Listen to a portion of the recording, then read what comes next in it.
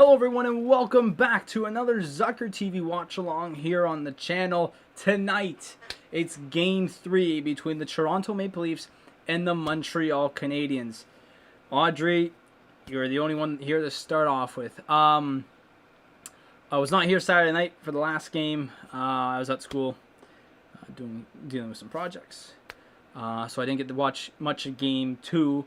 But I'll tell you what, rewatching the highlights, Toronto definitely outplayed Montreal. Montreal had its flaws in that game, and they are looking to get back in the win column tonight, trying to take a 2-1 series lead at home against this Toronto Maple Leaf squad, still without John Tavares.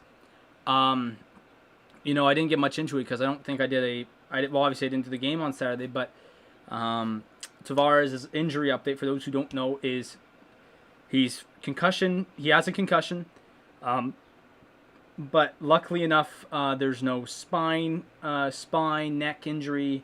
Very, very lucky for the way that John Tavares got injured in Game 1.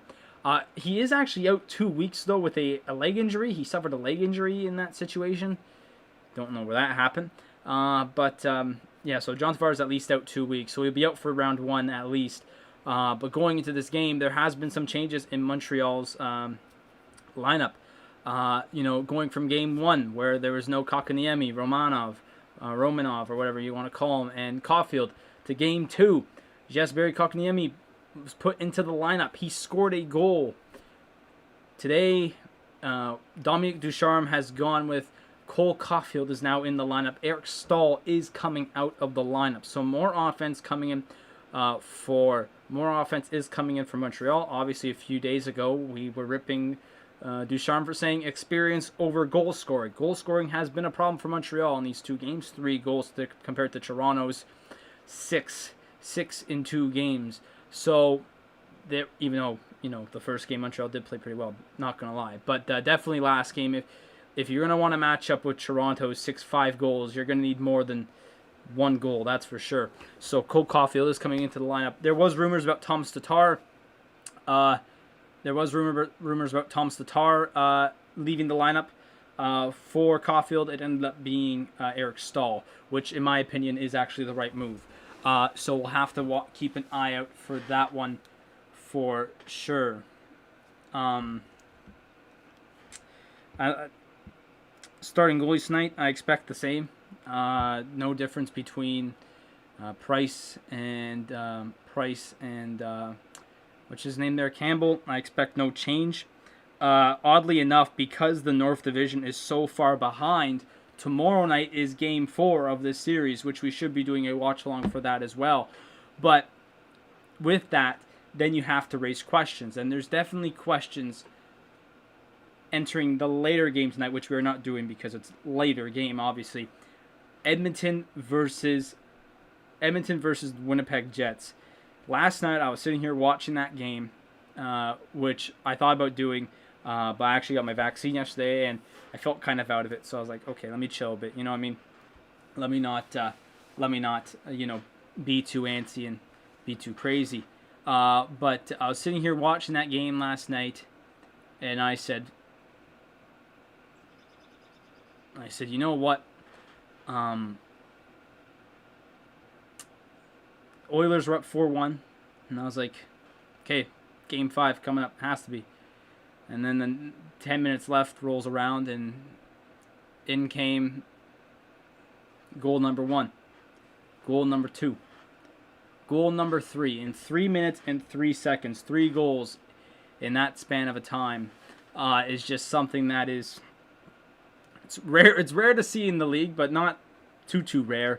And Edmonton lost it last night, and then overtime, Nikolai Ehlers' first game in the playoffs this year from injury, and got 2 goals last night. And now Winnipeg is now 3-0 in the series over the Oilers. So there is a absolute massive,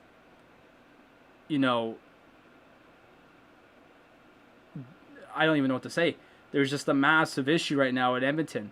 And And you know what? And I've been speaking about, my buddy's been speaking about this for a couple of months now. How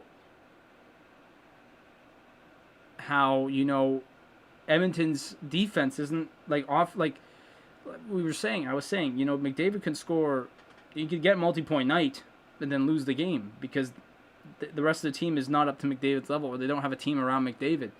That's the thing about McDavid and Draisaitl. They could do whatever the hell they want, but in the end, is that if the rest of their team can play, and it shows. It shows last night. They lost it last night, and so coming down tonight, down 3-0, I'm going to be very interested to see how Edmonton does it. And my point is here, tonight is actually a back-to-back for them as well. It's the second night of their back-to-back as well. Dave Tippett has said, though, that Mike Smith will start in goal, even though it is the back-to-back. I have not heard any word yet on Hellebuck, but I should expect somewhat the same of Hellebuck, because Hellebuck was playing really well, and even I'll even say after Montreal, or after New York, or not New York, Montreal and New York, those are like not even the two teams I'm like talking about. After Edmonton went up 4-1, he stepped it up. He played way better, and it was he absolutely crushed it. So tonight I expect more or less the same of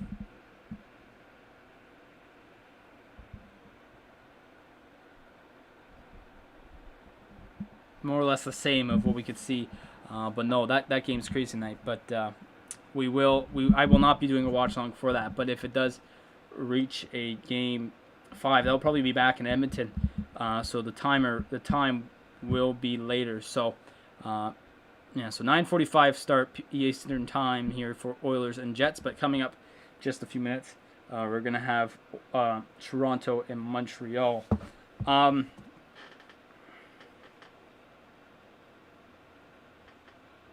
So it is expected Campbell and Carey Price are to go for tomorrow night. One thing I am interested in is what happens. Yes, this is regular. This is the playoffs, and you want to win every game. But I wonder what will happen tomorrow, because you have Jack Campbell. The Leafs also have Frederik Andersen. The Leafs also have David Rittich, who I don't think is going to see a time on ice at all. But the Leafs could, if they wanted to, the Leafs could go with Frederik Andersen tomorrow night as a starter, depending on how much Jack Campbell plays tonight and how much shots he gets. If Jack Campbell reaches up to around 40 shots and the game goes to overtime tonight, we could possibly see a Frederik Andersen tomorrow night.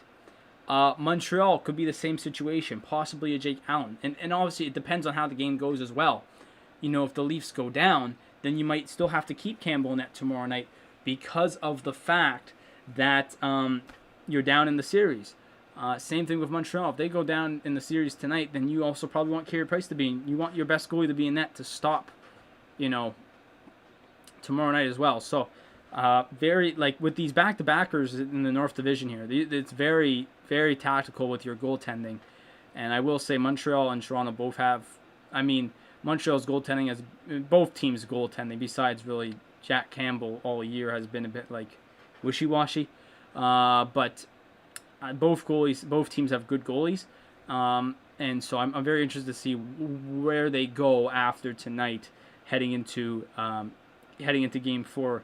But like I said, it's all based on the situation of what happens tonight. Because, heck, Toronto and Montreal can go 2 overtimes here. Toronto and Montreal can go to 2 overtimes. Both goalies face 50 shots. But then one team loses. So let's say that goes to double overtime. Montreal wins. But because of the situation of both goalies of facing so many shots and playing for that long, they might just have to go to their backups for that game. So once again, it's a whole situational thing. And we'll see what happens tonight, and then probably by tonight we'll determine, what teams might go with tomorrow.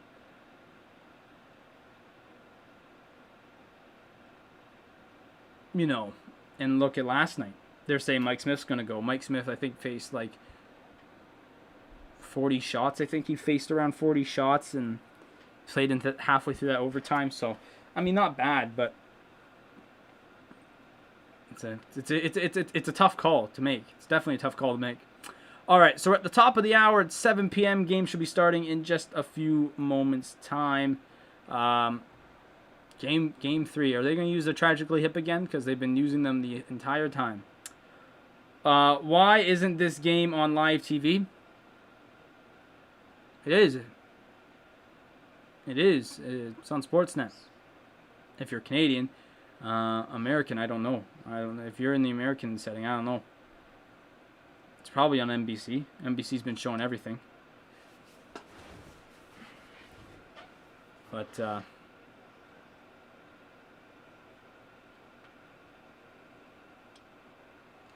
these have been crazy first couple of games for sure. And we'll see how Montreal can bounce back from the 5-1 loss, obviously, on Saturday, and see if Toronto can keep it going here. You know what, funny enough, I was watching the pregame show a bit before I came on live, and they were comparing the old and the new in Toronto, and they were showing how Spezza and Matthews celebrate the same, or had the same celebration or whatnot. And I was like, oh, for God's sakes, are you kidding me? And you know what I was also mad about is I saw the first bit of game 2 on Saturday. I was even mad they didn't use the usual Saturday song. You know what I'm saying? Unless they stopped using that a long time ago, and I just didn't know. But I was very upset. I mean, it's the hip. It was a Tragically Hip, which okay, fair enough. It's the Tragically Hip, but at the same time, I was very unhappy.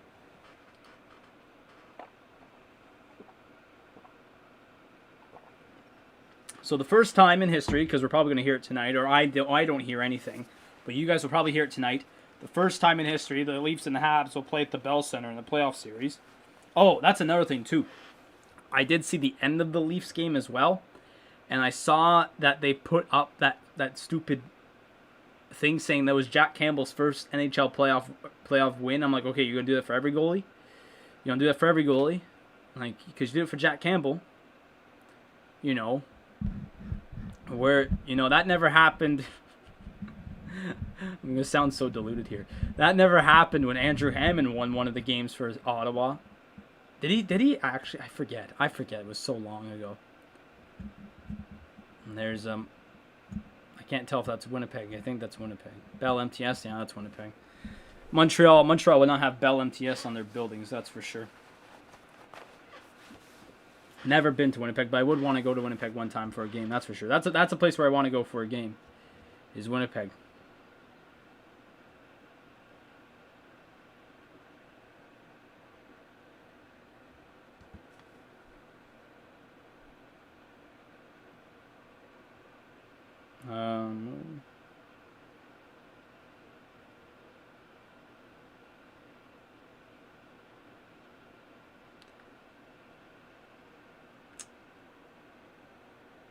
I don't even know what they're showing here about Cole Caulfield, but I got the lines here for Montreal. I don't know how I got them, but they're on Twitter.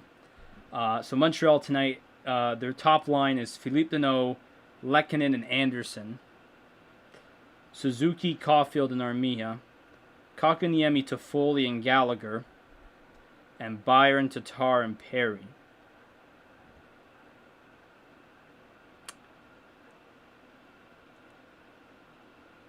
I don't know about this. I think Montreal's trying to lose. Why the hell do they have Tyler Toffoli on the third line? Why do they have... I mean, Kotkaniemi... Why do they have Gallagher on the third line as well? Why is Kotkaniemi, Toffoli, and Gallagher the third line pairing? I don't get it. The defense, I think, stays the same for Montreal. Sherratt, Weber, Edmondson, Petrie, and Kulak, and Merrill. That stays the same from game. I think every game. But, Christ almighty. Are you kidding me? Lehkonen, first line. If Montreal loses tonight, I'm not surprised. I'm not surprised if they lose. Because my line's here for Montreal. Like, I'd put Suzuki, Anderson, Toffoli top pairing. Easy money. Like, I don't know what these lines are. I've said it for about a week or two now. I've said Dominique Ducharme is a CHL level coach. He's a CHL level coach. If Montreal could beat the Leafs, if Montreal can do something here, I'll be surprised. But honest to God, I could care less. Dominique Ducharme is a CHL level coach, or he's an assistant coach. He's not an NHL head coach. If he is given the opportunity to come back to Montreal next year, I'll be surprised. Because there are definitely better coaches that you could bring into Montreal. The only reason why they didn't go out and shop for another, number one, so the Leafs are taking the ice right now. But like the only reason why he's coach, obviously, because he didn't want to go anyone through quarantine and all that. But he is French, and I feel like that would probably, like, honestly, because it's the Habs, they'd probably do that because they're so lazy, and they'll probably just keep him because he's like a French-speaking coach. Which, honestly, like, I understand why you have to have a French-speaking coach. But, like, at the same time, I don't know about the French-speaking coach thing. I understand it. But now, like, come on, you could just translate it, bro. Like, that's just lazy. So here we go. Montreal is taking the ice. First time playoff hockey in the Bell Center since, I believe, 2017. If I'm not mistaken. So Montreal, first time playing playoff hockey at the Bell Center since 2017 when they lost to the Rangers in 6 games.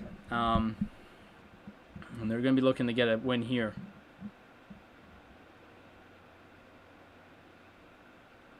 And I don't know, are we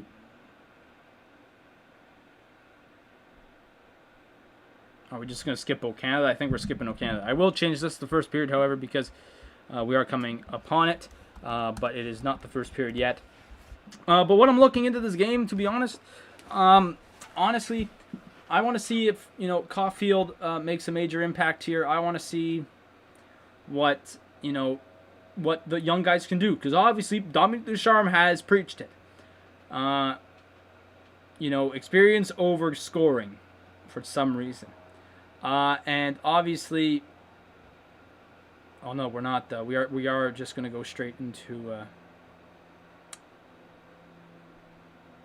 We are being sent to O Canada, but no, like he's preached,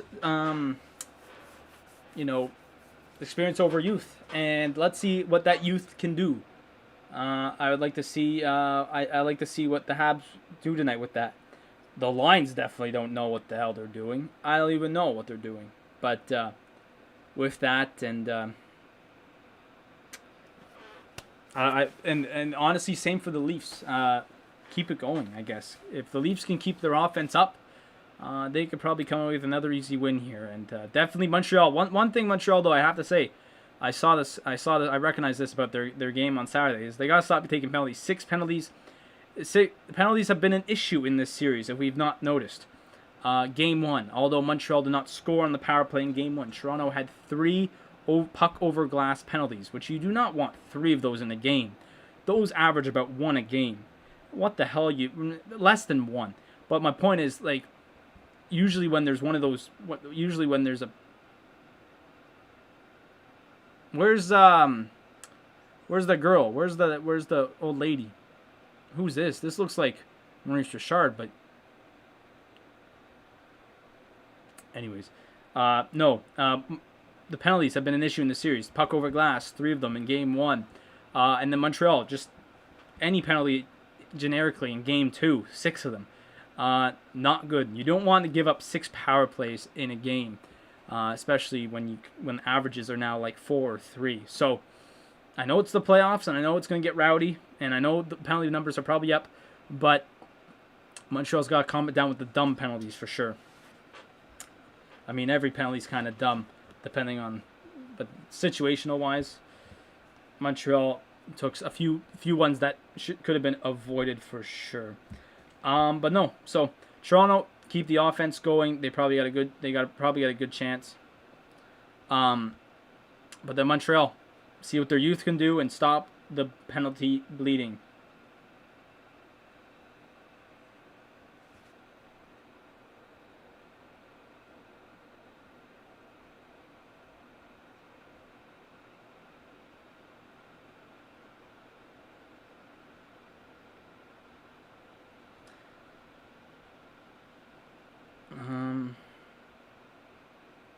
Oh, this is also what I just learned. Nick Foligno's also out tonight. So Nick Foligno is out of the lineup tonight, apparently. With a lower body injury, I saw. So Riley Nash.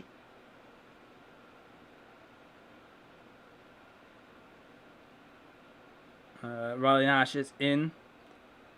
So Wayne Simmons is going to start with Austin Matthews and Zach Hyman once again to scare the Habs, which they kind of did in Game 2. But honestly, that first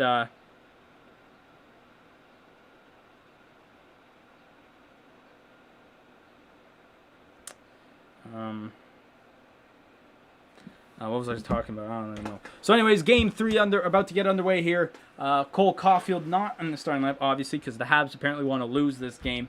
Once again, I am going with the Coors Light as my beverage of choice, like I did in Game 1. So what the hell's going on? What the hell did I just witness? I look up, and Lehkonen is in between Wayne Simmons' legs. The puck hasn't dropped yet.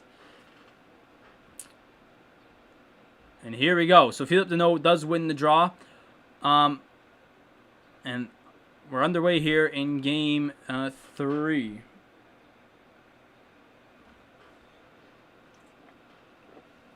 Montreal has it to start. Ooh, Josh Anderson forgets the puck. Bit of a trip there, I'm not going to lie. I don't know what the hell happened there. I thought Hyman tripped Sherratt there. I'm not going to lie. Sherratt's down a bit.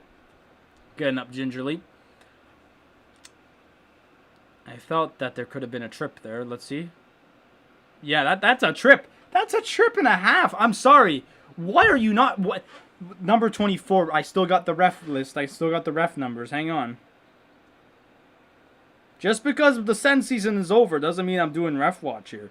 That should have been a penalty. I'm not going to lie. 24.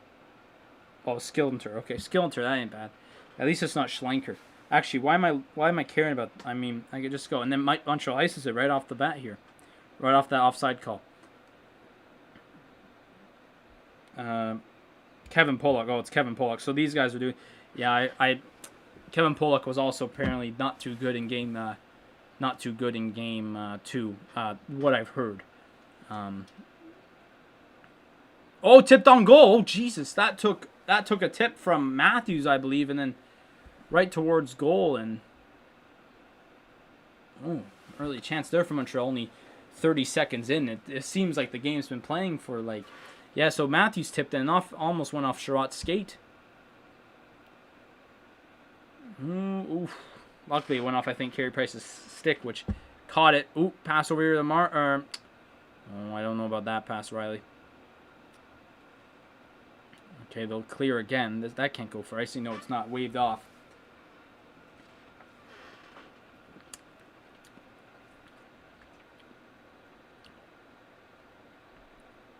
Oof. Morgan Riley skating in it. That had to have been offside. Oh, my God. I don't even know what I was looking at. We're a minute in. We've had three stoppages of play. This is bad. Remember when, for those who were at my Sens watch-alongs, you know, I think was there back-to-back nights or back-to-back periods. I think the Sens were playing Winnipeg. It was one night the Sens were playing Winnipeg. High stick right off the bat, and then there's gonna be a penalty. Galchenyuk's going off, and it seems to be bleeding. Gallagher bleeding. Let's see. So right off the bat, Galchenyuk. Oh, he tried to lift the stick of Gallagher, and there you go. So our first power play of the game is going to go to. It's a 4-minute power play. Gallagher is bleeding, so Montreal will be on the power play for 4 minutes. High sticking going to Alex Galchenyuk. There's G names flying around everywhere here, and double minor for high sticking. A minute in. This is 5 stoppages of play. I've sat here now for literally 4 minutes, and we played a minute of game time. Listen. Why did that sound like there's a bird on my roof? Are they reviewing it?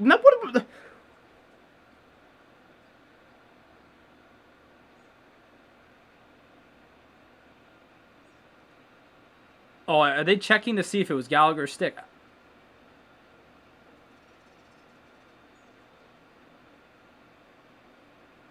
I think they're checking to see if it's Gallagher's stick, but that was never Gallagher's stick. So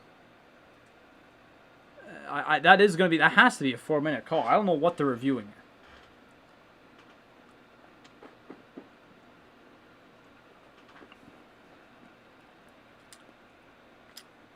I don't know what they checked there. Usually it's obvious. I can't even tell you. So 4-minute power play here for Montreal, and they win the draw. And so look at this. Oh, Weber. Dangerous. Jesus. The passing here for Montreal has been, oh my God, what am I watching? Why is Cole Caulfield not on this power play? That's my question. Actually, it makes sense if he's on the second unit, actually. This is not bad power play. At least then we got Eric Stahl out there. As Toronto clears it. Ooh, that could have been a Toronto breakaway for Kerfoot there. They'll get it in here. And they will keep it in somehow. There was a clearance, and then they kept it in. And then there's the clearance right there. Shot was blocked by, I think, Bogosian.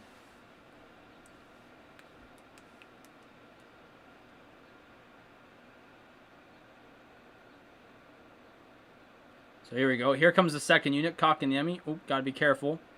Gallagher back on the ice after getting jabbed in the mouth. Here's Caulfield right here doing his work. Oh, nice saucer pass to Kotkaniemi there. Petrie. Kotkaniemi. Cole Caulfield off the bar, I think, and out of play. Holy cow. So 2:43 still remaining in the first power play here. Well, in the power play for Montreal, but what even happened? Why are they showing this? Oh, I thought this was the, let's see this. Off the bar. Ooh, imagine that one in. So, I think it went off something. I thought that just went straight off the bar. Interesting. All right, so Montreal back at it again. Second unit still on.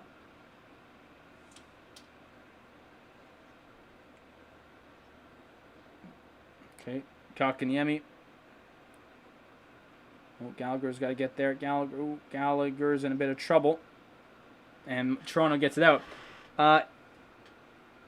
Is it on now? Why am I stream? What? I'm streaming right now. What do you mean? Is something messing up?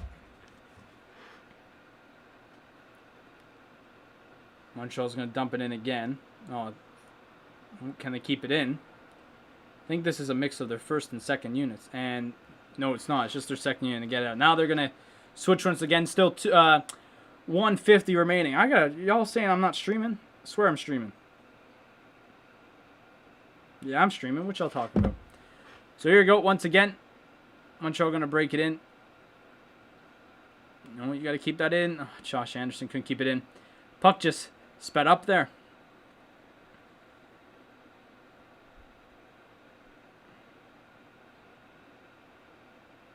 I don't even know what that was. What is that? That's just going to go down the ice again. Yep. Listen, I have watched the Ottawa Senators power play this entire season, and that is considered a bad power play. This is something unlike it. Like, I'm not saying the Sens even have a good power play either. Like, the Sens still power play is still poor. Like, Montreal, they can't set anything up. Goes down once again in the final 50 seconds of the power play here. Still no shots. They have no shots on this power play. None. They still don't have any shots in this game.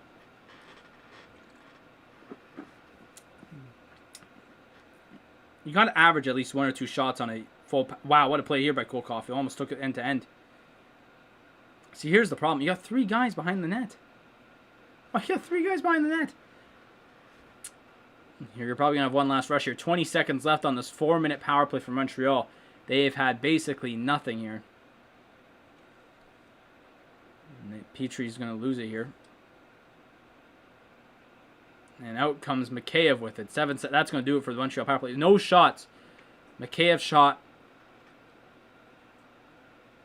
And Carey Price stops it. 3 seconds left on the power play. So, this entire 4-minute power play, 0 shots for the Habs, but 1 for the Leafs.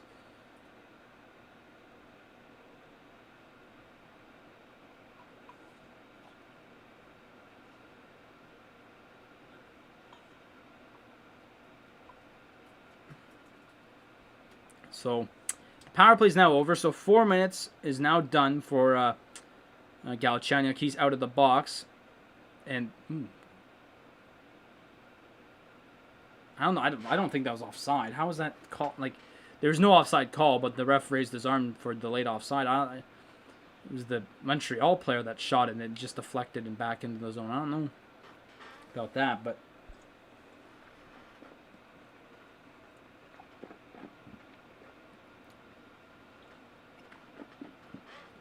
that could have been a dangerous play there by William Nylander. Toronto's playing a bit dangerous here. That was Sandin. Sorry, I saw the 8. Thought it was Nylander. Toronto played a bit dangerous there. They only had 1 player back, and they ice it here. Toronto just ices the puck. So, stoppage of play once again in this game.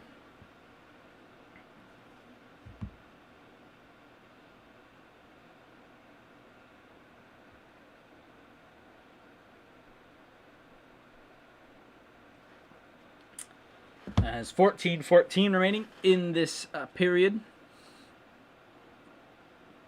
Montreal wins that draw again. I haven't noticed much of the draws just yet, but the ones I've noticed, Montreal has won.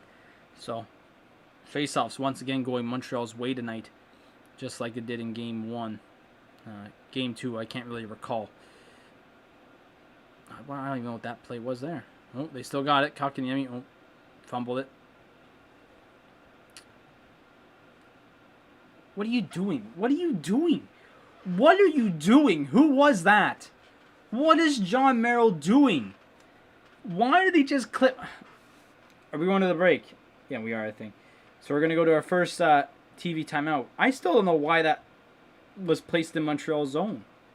Or in the offensive zone, that crossbar. They just showed the replay of it. Never went off at him. What was John Merrill doing there? He, had no... there was no reason to throw your stick up and touch the puck. And he just did it,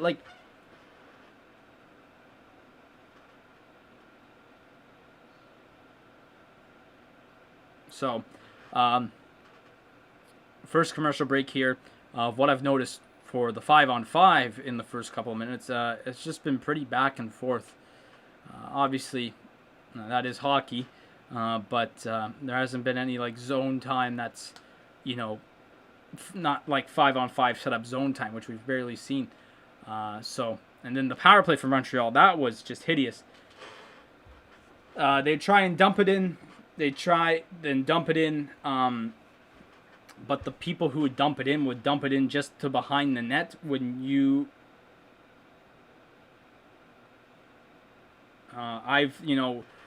if I were to do a dump in on a power play, I would ring it around the entire way, because there should be a winger on the other side to collect that puck. But that's just one thing I find, is that when you can't just dump it in to the corner, to the near side corner, because you're going to get that? Exactly, doesn't make sense. I mean, you could battle for it, but the first person who's probably going to be there is the other team's defense. So you got to get to a spot where there's going to be probably where that team's defense ain't going to be. It's usually the far side wing. So you got to ring it around, but it's just been terrible for Montreal. Who's hungry? What is this? Austin Matthews. He hungry?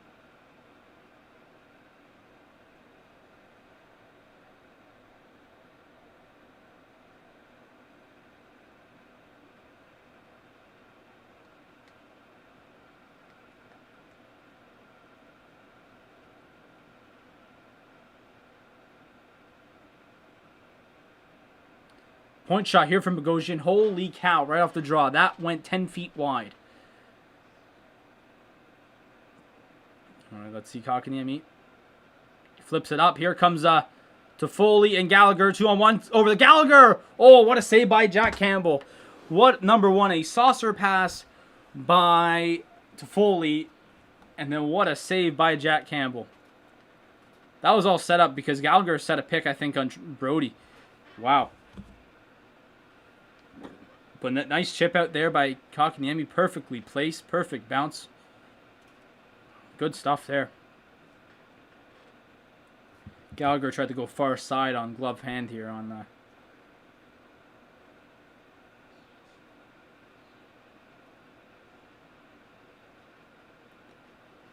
So that was Montreal's first shot of the game. It was. Montreal finally has one shot in the game, and it was their best chance so far. Nice move by Kulak. I like that. That might go for icing. No, it's not. Ooh. It's Victoria Day. It's Victoria Day in Ontario. Is it in Canada as well? I don't even know. I don't even know if Victoria Day is a national holiday. No, it's not a nationwide holiday. It may not be observed in your region. No, but it is, though. That just scared the crap out of me. We were going to be hearing fireworks all night long. That was loud, okay? Listen, there's fireworks like a few blocks over last night. And I could see him out my window, and it was, oh, gee, that just scared the living hell out of me. Oh my God. I completely lost track of the play. I don't even know what happened there at the end. But the puck's now in the Montreal zone, and they're breaking out with it. I think there was a stop. I think there was a stoppage in play. I just didn't notice because I was freaked out by this bang. Oh, I hope that got caught because, oh my God, that was hilarious. And Montreal tries to go back to the point, but it just gets deflected out. And that's still offside.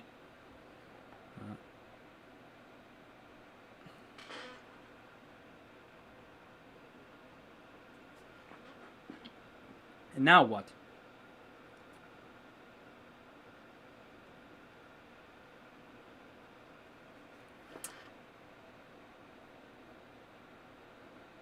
I don't know why. Was it offside? Did they stop it because of intentional offside?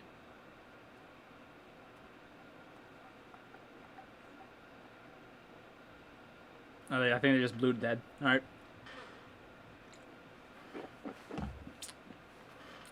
We've almost played 8 minutes so far in this game, and there's only been 4 shots combined. So 2-2 for both teams. I should have just said that. But it's been a pretty low offensive. Like I said, it's been back and forth, and back and forth, but no offense. I'll go with that. That's better than just saying back and forth. Back and forth. That's just normal hockey. You always go back and forth in hockey. Oh, tipped on. Oh, tipped on there by Corey Perry. And oh, another big save there by Campbell. What a chance here. Edmondson with a shot from the point, and Perry just kind of low mid. Oh, that even went off of Sandin. So that tip was actually going wide by Perry. It went off Sandin's leg. It's a very close one right there. Just cleaning off stuff off my screen. I don't even know what that is. It's like dirt. So here we go. Toronto makes that face off. There's also one more game going on, I think, at this moment in time. I think it's Islanders and Penguins. I think that series is tied 2-2. So an important Game 5, I think, going on right now on Long Island. Or in Pittsburgh, I believe. I don't know. I don't even know what the hell's going on. But we'll see how that game goes in the intermission and how it's going. There's also a game going on, I believe, at 8. And I think I'm pretty... Where did that go? I think someone just flipped it out and it flipped off the glass, and I don't even know what's going on in this game anymore. Like I'm not since that firework. I don't know. I cannot tell you. So face off here in the Montreal zone. So yeah, Penguins Islanders, which I actually could put on my phone. Oh, another tip on there. Then a blast from the point goes wide.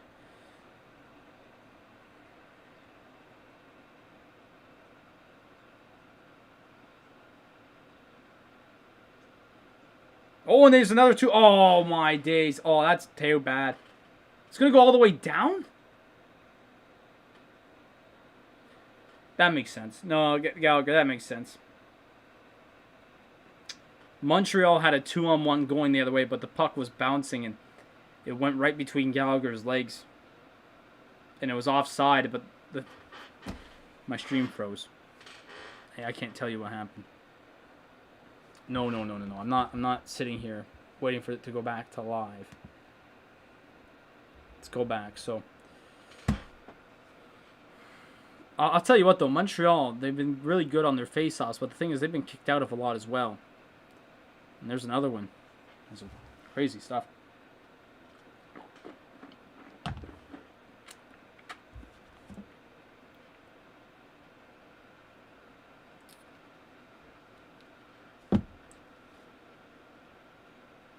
And that puck gets flipped out, and they're saying that's a penalty. So who's going off here? Lekkonen's going off. So it will be a power play to the Toronto Maple Leafs. Puck over glass is the call. And 10:51 remaining here in the first period. Lekkonen is going off. Yep, that just went straight out. And that never touched the glass.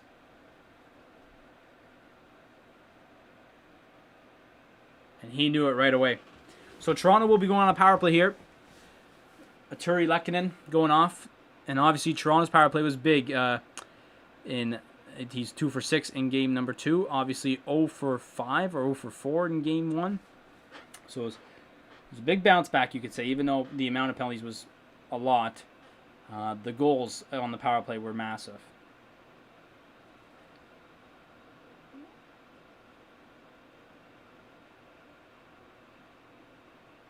So let's see what's going on here. Matthews, on the low side of your screen.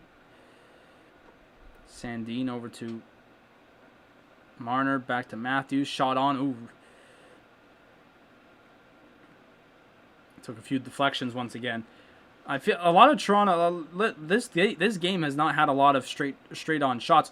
And now here's a deflection, and here go. Oh, Armia's gassed. That's fair play. Fair play for Armia. Just clearing it out when you're gassed like that.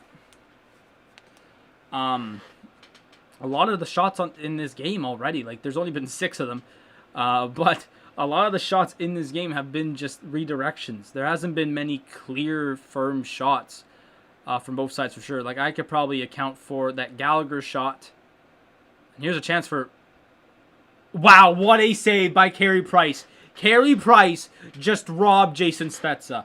That was a absolute robbing. Nylander came around into the high slot and just passed it over to Jason Spezza, who had a clear open net. That took way too long. And Spezza gets robbed by Carey Price.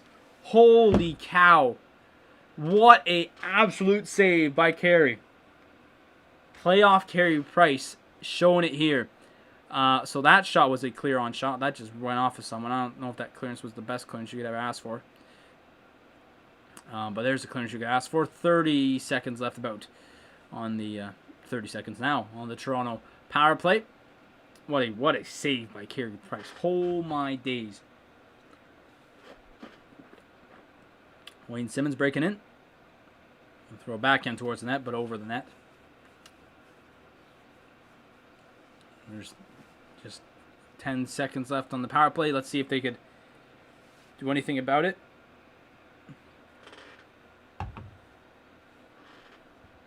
And the power play is now over, but a shot from Nylander goes high and out of play. But face off in the Montreal zone. 8:48 remaining in the first period.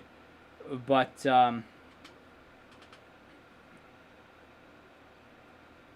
what a save by Carey Price there to keep it 0-0, that's for sure.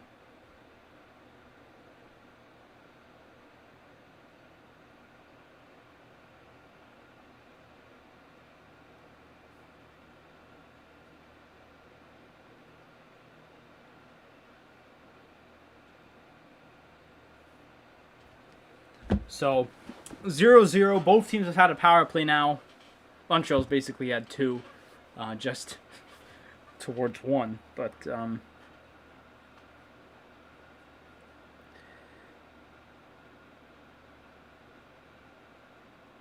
that,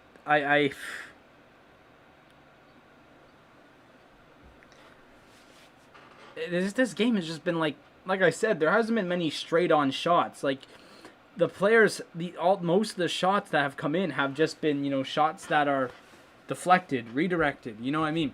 So seeing stuff like that was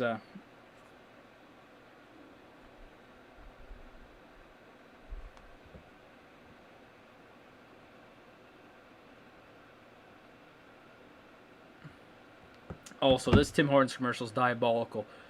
This lady says Draisaitl's the best player in the league. I get he won the Hart, I think, last year. But he's not the best player in the league. He's diabolical. Well, honestly, I like those. I like those sticks. Those little sticks. I don't get them, but I got them like when I was a kid. I have like I think I had like Crosby's or Ovechkin's or something like that. It's way in. It's in the collectible pile for sure at my other house, my home in Ottawa. But what a save by Carey Price.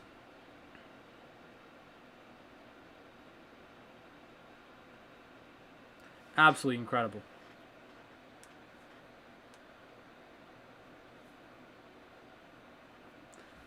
So, like I said, 8:48 left. 7 shots in this game. And it's still 0-0.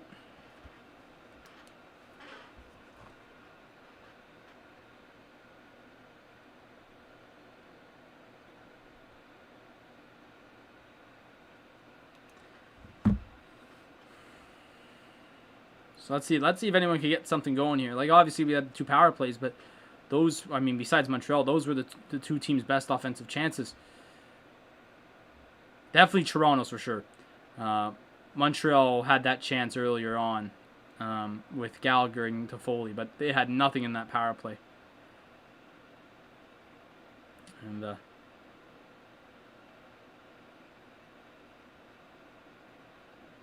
let's see, Deneau's going to bring it in.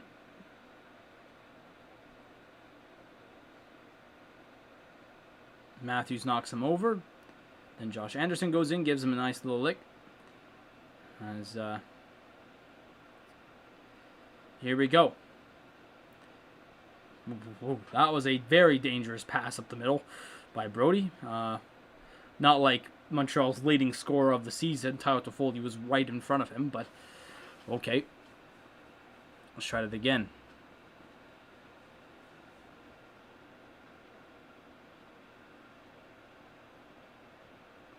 So here we go. What we got? Gallagher, Kotkaniemi, Toffoli, wrist shot. Oh, too easy.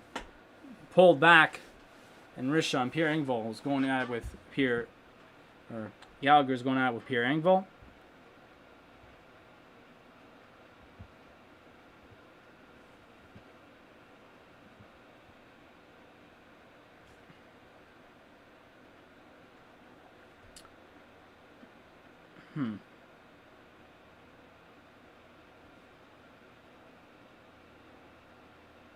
The hell is this?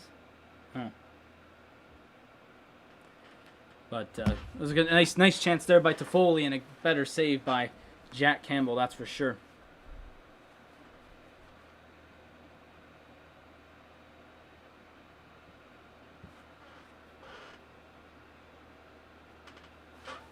And now here's a chance for Kerfoot. He's kind of in there all alone.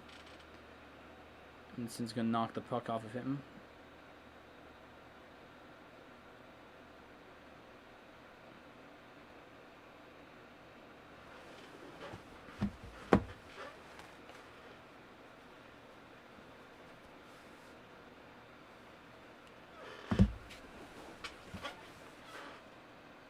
Oh my god, dangerous pass there by Corey Perry. No one was looking for it.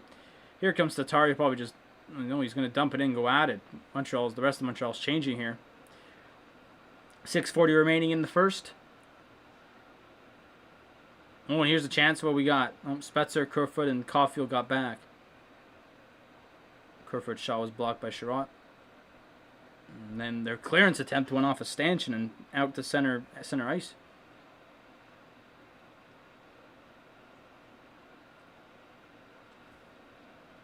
Montreal is doing that thing again where they just swat the puck out the ice and just hope someone's there.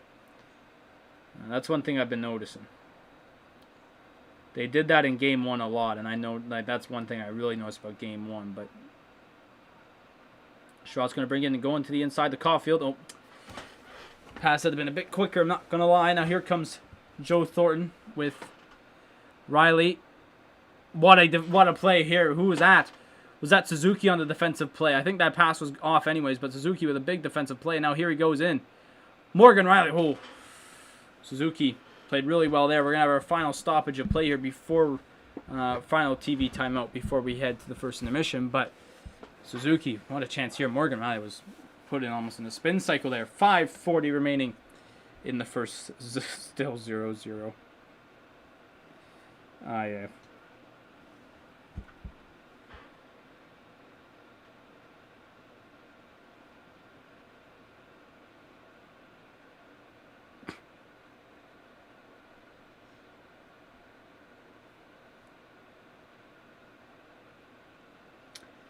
Let's see if there's any news going on. We will get once again to the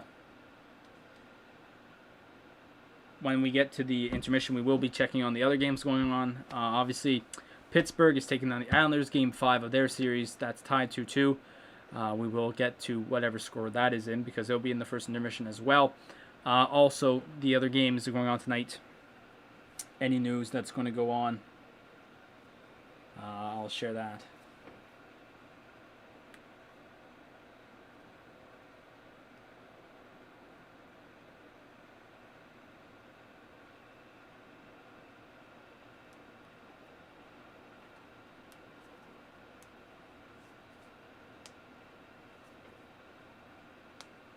But honestly, my opinion of this first period has not really changed so much. It's just been up and down, up and down, up and down. You know, maybe a shot here, maybe a shot here. There hasn't been much. Like there's been chances, but there hasn't been like chances. You know what I'm saying?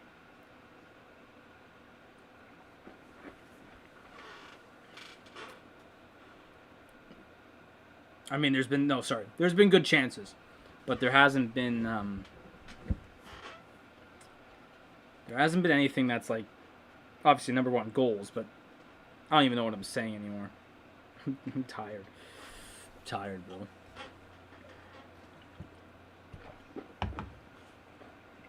But this Toffoli, Kotkaniemi, Gallagher line has been really good so far. So they're on the ice here with 5:40 left. See if they can do anything.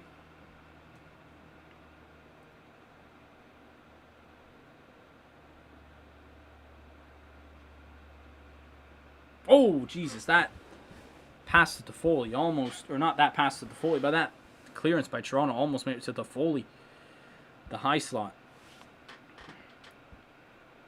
Here goes Gallagher with Toffoli. Gallagher breaking his way in, shooting, goes wide, and Campbell makes the save. Ooh, bit of a...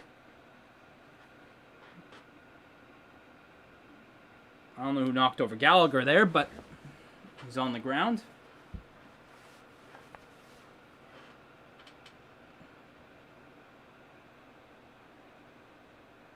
Now they're showing Lehkonen leaving the ice. So Lehkonen took a high hit earlier on in the period. Not, you know...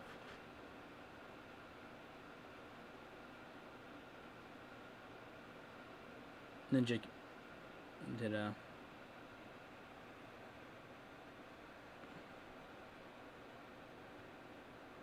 So Lehkonen have seemed to have left the game so far. Shot here by Brody. Saved by Price and move forward. Oh, little dink play by Marner. Almost chipped it over Carey Price's shoulder. And here goes Josh Anderson. He's got Bogosian on him. Josh Anderson trying to make a move. And the between the legs of both players just gets cleared by Jack Campbell. And here comes Matthews. He takes a easy shot, but easy enough for Carey Price. And off we go. Deneau was just going to try and clear, but didn't get to it.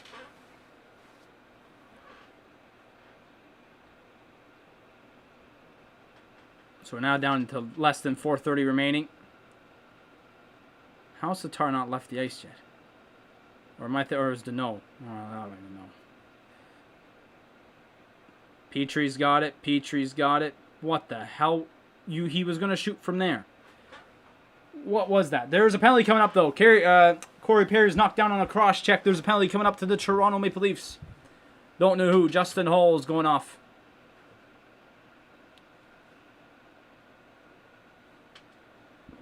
So look at this play. So Bogosian.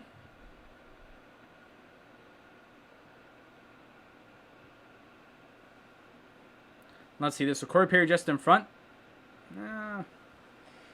That's a cross check. That's a cross check. Listen. I am a preacher of that being a call in the game because that doesn't get called enough. I mean, like getting battered around and all that, but like when a player gets just knocked down, you know, you could say, oh, he's not ready for it, but at the same time, come on, man. Then Corey Perry just got tripped, but they're not going to call that because why would they call 2 penalties within 2 seconds? I don't know what that was. So let's see if Montreal's power play can do it because obviously they couldn't do it in a 4-minute. If they could do it in a 2-minute, I'll be surprised. And they couldn't get it done in 15 seconds. So back down the puck goes.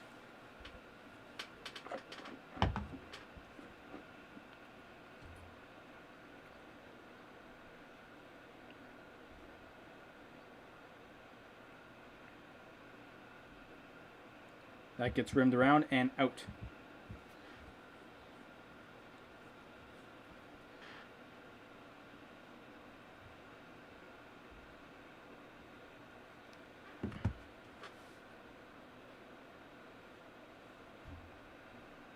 Well, here comes Montreal moving in. Oh, Corey Perry's shot goes out of play, but saves. So should be a face-off in the Toronto zone with 1 minute and 2 seconds left on the power play for Montreal. Hold on. I'm getting all these tweets thrown at me, bro.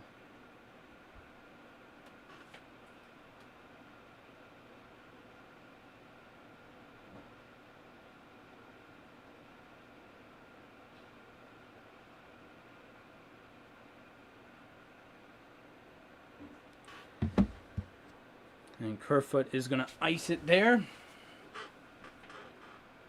So 3 minutes left in the period. 50 now on the power play. And they're going to dump it in. See, that's a decent dumping. That's not a decent dumping. Montreal dumped it in far enough that the next player can get it. But then I think it was Josh Anderson on the other side. He just pushed it forward to where no one was. So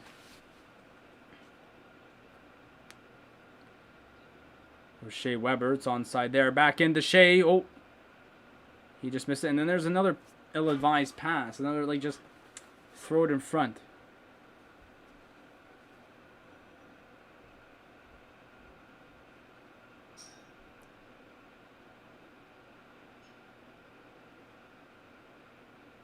And now what? Is there another power play? Or is there a penalty coming up to Montreal? Toffoli's going off here for a slash. Hold on here. Let's see what happened here. So Kerfoot. You're going to run the tape. Here it is.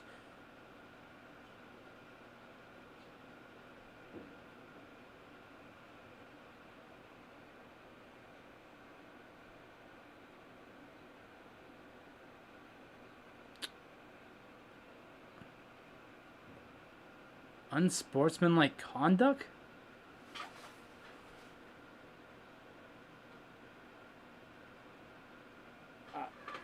I don't even know. I don't even know where that was. Maybe it was a hit after the play. Someone's cooking barbecue right now. It's mad.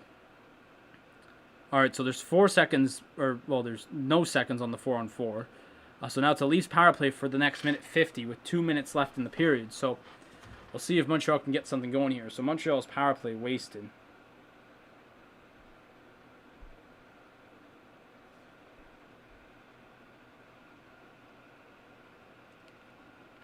Obviously, coming up in the first intermission, we will have our scores and stats from this game and also the other games going on in the league.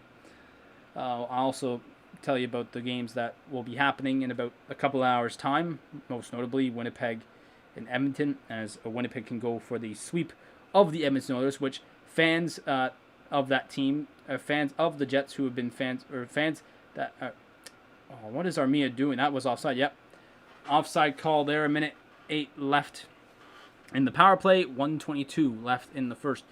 Obviously, Winnipeg Jets fans have been dying for this moment for a very, very, very long time. We'll be interested. We'll talk about that in the intermission for sure, as well as this game and what needs to change in this game. Because there are some things. There are some things. Trust me.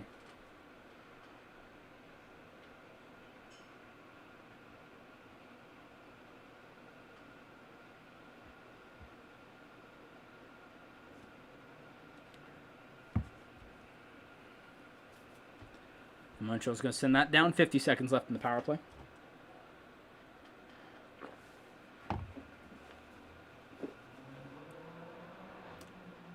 Someone with the car going mad. First, it was the fireworks, which I know there will be fireworks like later on in the night for sure. Once we get to the third period, there's going to be mad fireworks. So 45 seconds left in the period. 30 seconds left in the power play now. Toronto hasn't had much. These power plays have been boring. I've never seen of a boring more power play than what we saw. I mean that the one special chance was sick, but like that's just one chance. We've seen a 4-minute, a 2-minute. Yeah, we've seen basically 4 power plays, and all we have is a 1 save by Carey Price, which has actually been sick. Don't get me wrong. So power play now over for the Leafs. 14 seconds left. Spets is going to wind that towards... Oh! It took a deflection of Sherratt right into Kerfoot's wheelhouse, and what a save by Carey Price. And so 5 seconds here. So this should do it for the first period. As nothing. Oh my god. 13 shots combined. I just sat through that. I don't know what to say. Let me know what you guys thought about that period. But that, to me, was, besides the save by Carey Price, maybe one of the most unoffensive periods I've ever seen in my life of hockey. And I've went to Sens games where they've had 5 shots in a period. Like, I just cut myself with my pinky finger. I don't know how I did, but wow. I can't even tell you.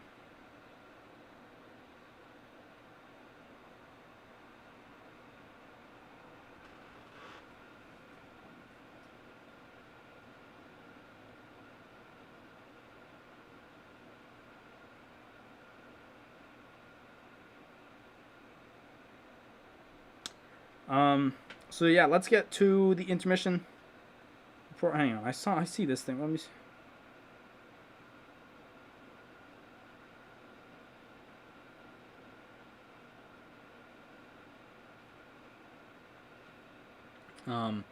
So let's get into the intermission report here. Let me open up the stats.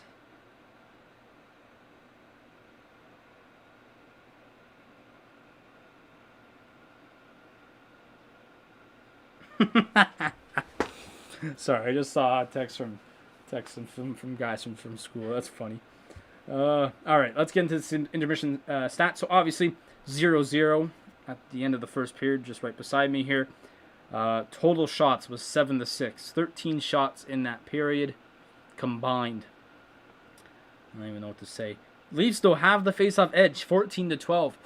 I do think, though, Montreal would win a bit more face-offs, because one thing I have noticed is that they've been getting kicked out of face-offs a lot. So I think if they stop, getting kicked out, they probably have a few more face-offs.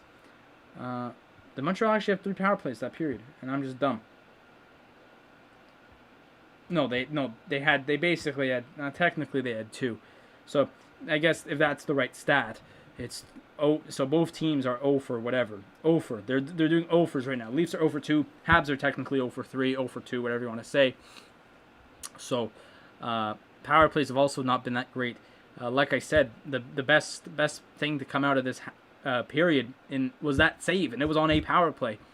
We've had basically 5 power plays, and the best thing to come out of it was a great save, which is still fantastic. Don't get me wrong, but there hasn't been else besides that. Like, hits are 18-9 for Montreal. So once again, the hits have been becoming a problem for Toronto. They have not been able to keep up with Montreal's physicality in this game like they did in Game 1. So if push comes to shove, look where we're going for this period, right? So we'll have to, we'll have to keep an eye on how the rest of this game turns out, because this is looking to become a physical fest. Montreal won Game 1 doing that as well. There's another firework at 8 o'clock, and it's still sunny out. Don't know why you're throwing a firework at that time, but okay. So the one other game that I've mentioned that's been going on right now is New York and the New York Islanders and the Pittsburgh Penguins. Their series is tied 2-2, so this is an all-important Game 5 for those two teams. The game is currently tied at 1 at the end of 1. Scoring started 8 minutes and 20 seconds in on the power play. Evgeny Malkin scored his first of the playoffs. He came back, I believe, in Game 3 of the series. So this is his third game of the playoffs. He scores his first. Chris Letang and Brian Rust get the assist. But then with a minute left, less than a minute left, 55 seconds left in the first period, Anthony Bolivier scores his second of the playoffs, assisted by Josh Bailey and Nick Leddy. And that game has been pretty even, somewhat, I could say. So way more interesting than what we're watching here for sure. Coming up in just 4 minutes' time, the Tampa Bay Lightning are going to be taking on the Florida Panthers, as Tampa could go for the series win tonight, as they are up. What is Kelly Rudy doing? He's got a stick up and he's got a puck. I don't know.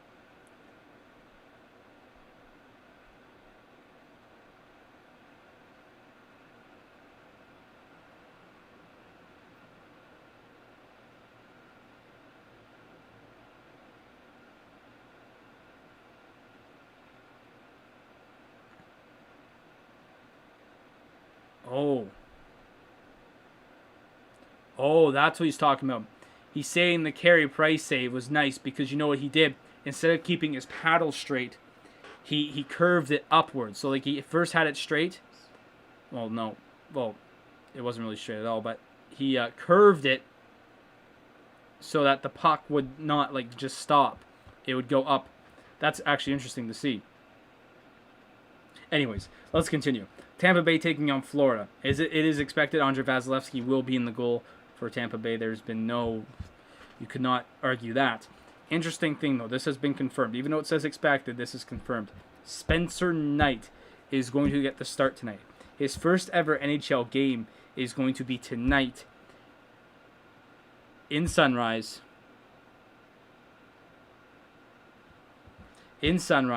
As they will try and stop Tampa Bay from giving them from winning the series in 5 games. Now, going on with this series, I mean, I don't want to spend too much time on talking about Florida and the Battle of Florida, which has been all right, but boring over the last couple of games. No, it's been all right. I wouldn't say it's boring. I'd say it's all right. I don't know why I said it's boring. Has been Florida's goaltending, and I've said this. I literally said this from the start. Now my screen's getting all black. I said this from the start. Chris Driedger, listen, he's an Ottawa prospect. He's from Ottawa. He was a prospect goaltender. He's Andrew Hammond too. If anyone will, Chris Driedger just had a good year. If you have a good team in front of you, it doesn't matter how bad of a goalie you are. You're going to win games. Like, that's the thing. That's the thing. Yes, you could, but that's what happened to Chris Driedger. But when Chris Driedger, when Florida's playing a solid team like Tampa Bay, I mean, anything can happen this year for sure. Like, we've noticed it. But if you're playing a team like Tampa Bay, you're going to get exposed. And Chris Driedger has been absolutely exposed this series. And I've said it from the start. People are hyping up Chris Driedger. I've said it. Chris Driedger is the overhyped goalie. Where people say he's going to get big money this offseason. I don't think he will, based on his performance in these playoffs. Or I don't think he deserves it at least. He probably will, because that's just how the NHL is.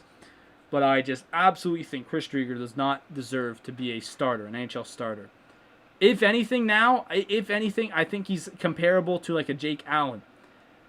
Like you could call him a starter, but he's going to be backup for you. But then even Bobrovsky as well. That's what I think as well. I don't think starting with Bobrovsky hurt him as well. That's why Bobrovsky hasn't been all that great as well. But Spencer Knight going to be the starter tonight for Tampa or for Florida, as they look to not be eliminated from these playoffs this year after a fantastic year. Well, actually, Spencer Knight did play this year. My bad. Spencer Knight did play a bit of this year. He played 4 games. He won all 4. Or no, hang on. Let me. So he suited up for 8, but he only started 4, and he won all 4. And his goals against was .232, and then his save percentage was a .919. Only 4 games though to establish those numbers. So those can be saturated a bit. But hey, I'm not going to take that away from him. Good numbers, good record. We'll see how this game goes tonight for Florida and Tampa Bay. Also, game starting in about an hour 45 now.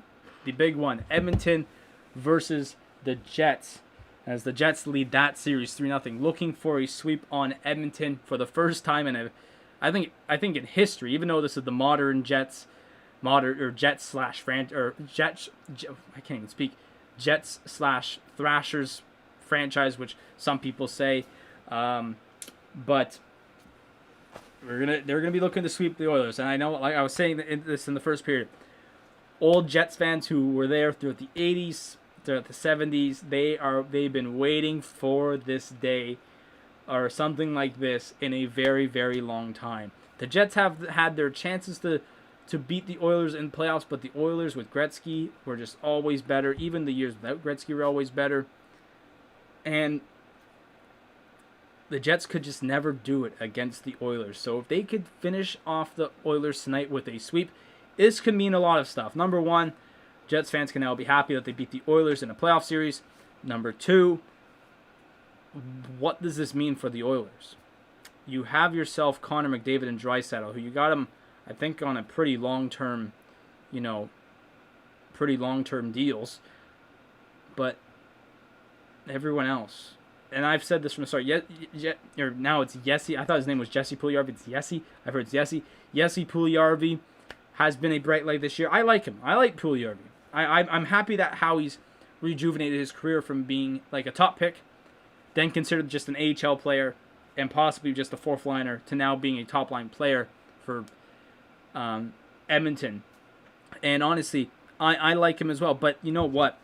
The rest of that Oilers team is just a bunch of nobodies. I mean, Taylor Yamamoto as well has been a bright light as well. I can't deny that. But you look down that lineup, and as you go deeper and deeper and deeper into that lineup, you just question how the hell were they second in the North Division?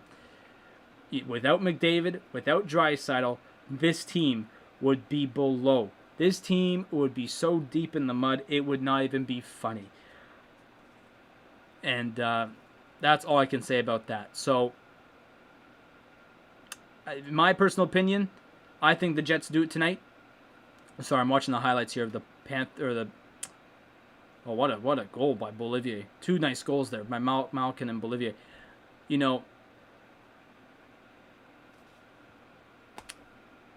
I've said it, man. And I've been saying from the start, McDavid and Draisaitl can get multi-points, but if the rest of the team can't do anything, then what's the point, right? So, case in point, I think the Jets do it tonight, or I think the Jets will win the series, because I think the chance of blowing a 4-0 lead is very, very low. But I think the Jets do it tonight, and in my opinion, I don't know what's going to happen this offseason to the Oilers. They will need a big revamp of some type, because this team ain't it. This team is not it. You cannot call Edmonton a Stanley Cup contending team with just two players. You can't. Mike Smith, you need better goaltending. Mike Smith, for how great Mike Smith played this year as a 39-year-old, he's 39. You can't have Mike Smith for another 5 years. Mike Smith in 5 years, you'd put him in a hospital. Mike Smith in not even a hospital. You put him in a retirement home in 5 years. Koskinen, not it. He's not a starting goaltender. Edmonton still needs that starting goalie, and they at least need quality players in their mid to bottom six. They still need those quality players. Yes, you could have your veterans. Yes, you could have your enforcer. Yes, you could have this and that. But they have too many of those. And they don't have quality up front. This is kind of what Pierre Dorion said this year. This is what Pierre Dorion said at the end of his press conference this year, saying that this last offseason for the Sens, he went with more leadership than quality, or quality and leadership than quality and skill. Edmonton needs that quality and skill more than quality and leadership. They have too much of that quality and leadership, as in veteran presence. They have too much of that veteran presence that their skill has been gone for a couple of years now, that they don't have it anymore. They got to get rid of those players that don't show that veteran skill. They got to get the young skill. They got to get like the mid, the prime skill, or the mid-season. Obviously, you can't. And the thing is with Edmonton too is that they have like them. they have a slight cap problem, right? You can't go too big because you got to sign your young players. You also have McDavid on a $12 million deal, wherever the hell it is. You got Draisaitl big as well. So you can't really go big, and that's the problem. So you have to be, I'll be honest, Edmonton has to be very careful.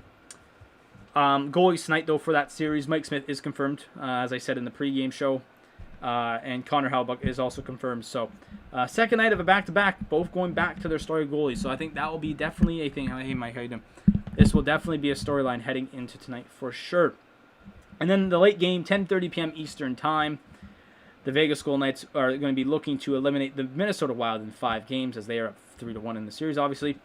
It's expected Cam Talbot will start for the Wild and Marc-Andre Fleury for the Golden Knights. And, I mean, Minnesota had that one game in Game 1, but Vegas has been the better team. They've simply been the better team the last 3 games, and it shows. So, Minnesota and Vegas tonight is the late game for sure.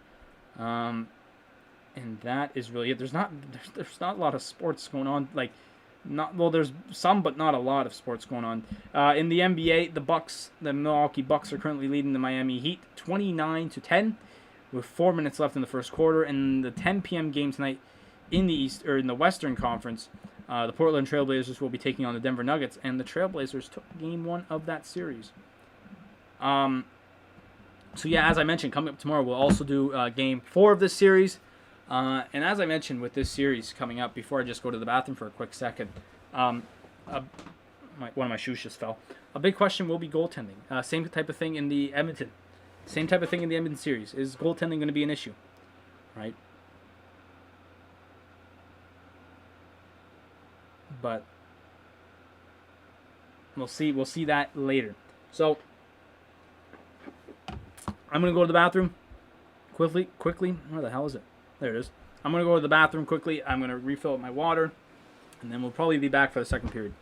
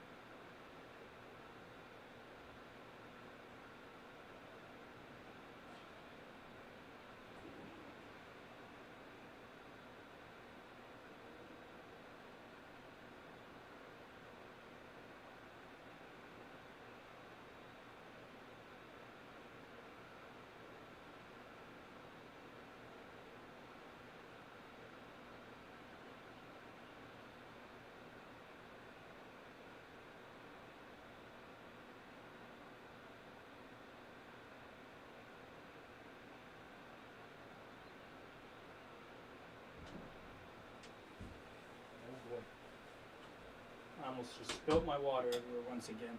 That would not have been good. Okay. Second period has not started yet. But I'm getting back. Yes, I'm wearing a Vegas Golden Knights shirt. Leave me alone. What the hell's going on my green screen? What the hell? What the hell's going on? Why am I pulling shoes back? What is going on? There's shoes just showing up out of left field here. Alright, that should be good, eh? So we're about to be back for this. We should be back for the second period sooner or later. It's coming to a point where I'm just going to have to sit like this again. Because of, if I move forward, my green screen just becomes a chateau. What's this flashback of? 1986?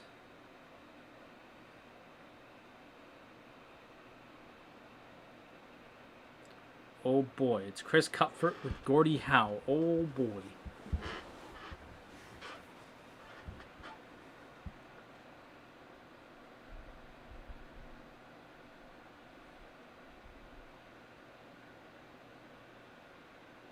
That's Greg Simpson.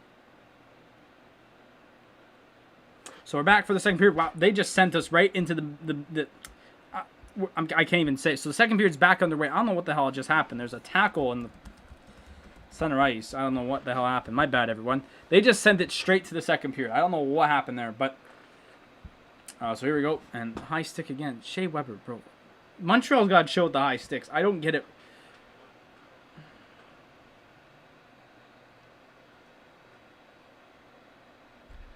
Like, they're just...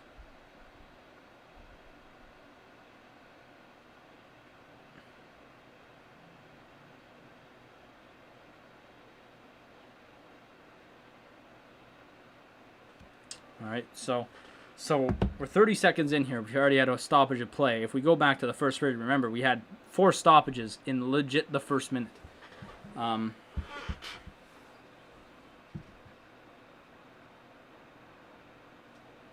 Which is just hilarious to witness. And this is going to go for icing. So 2 stoppages and in 40 seconds, really.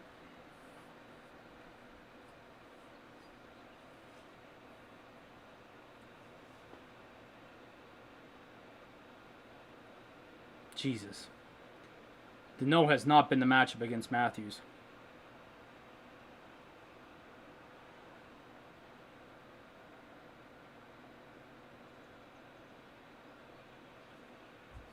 So Montreal wins the draw after icing. I think it's because Sherrod and Weber are very gassed, and Anderson's shot just goes wide. I almost just called, I think, Weber Anderson, but it's because Anderson had the puck. So second period here, I didn't get to say much, heading into this period, but honestly, just get a bit more better chances and get a few shots. Remember back to game 1, we didn't have lots of shots in the first period, and in the second period it came alive, and thought it was offside there. Montreal's offside. So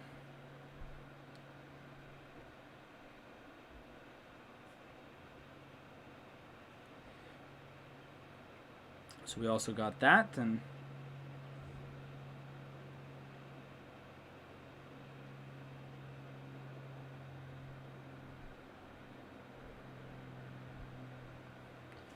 here we go. So Montreal wins that face-off, and chance here. Brendan Gallagher still got it. Turns around. He kind of got hooked there. I don't know.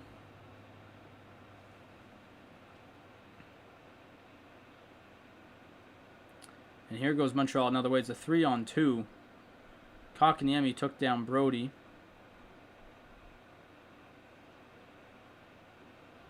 Gave him an extra shot, and Carey Price makes this easy save, and Kotkaniemi's going out with Brody. Brody wouldn't let go of Kotkaniemi's stick.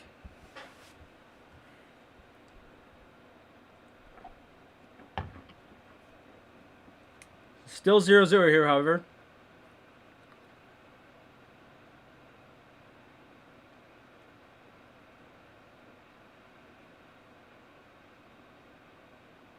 Okay, what is Kotkaniemi doing, bro? He wasn't even giving. He wasn't even trying to take his stick away.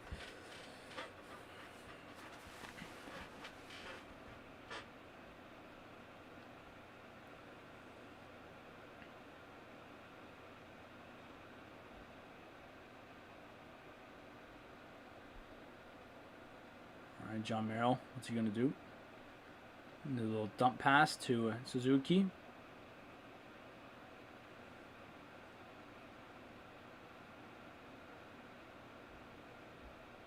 Spezza goes across to Thornton. Oh, good play there by Kulak to,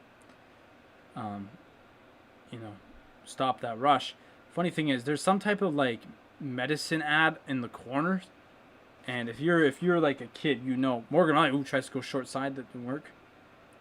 If you're like a kid that went through school back in 2010, and you had the computers and all that stuff, or 2012 even. It's what is it? Ozempic? I don't even know what that is. It's an injection. I don't even know what that is. But the coloring and the font looks like Miniclip. If you know Miniclip, You went through elementary school or high school in like 2013. Oh, turnaround shot here from Muzzin, and it was blocked. And a slapper that was literally going to go through 5 people got blocked, and Pierre Engvall couldn't put it away. All right. So this is what I'm talking about. This type of zone time that we've not seen, and that was good by Toronto there. Oh, Suzuki's gassed. If Suzuki had any more speed, he probably had a breakaway there. So Toronto bringing a bit of the heat here, putting some pressure here on Toronto, or on Montreal, sorry. And they've had the better chances this period. Galchenyuk.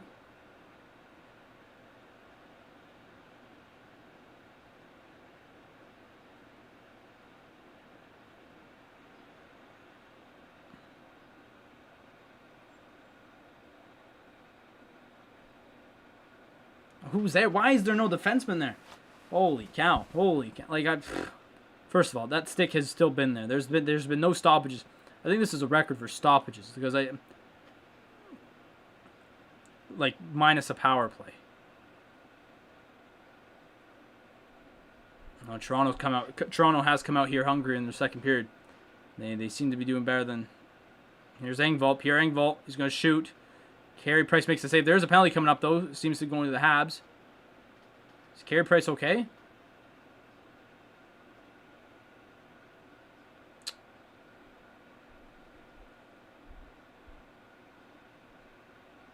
I don't even know what happened here. So Spezza passed it off to Riley. Oh, this is... Stop. He missed the net. Why are you showing that chance? Or was that was Hyman? I thought that was Engvall on that play there. Then what happened here?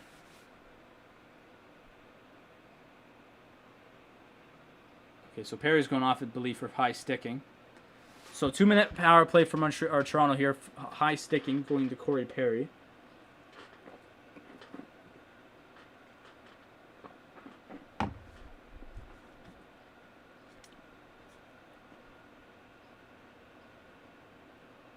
And they might challenge this.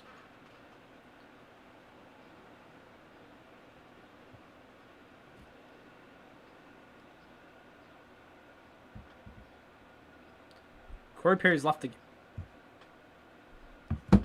Why has Corey Perry left the game?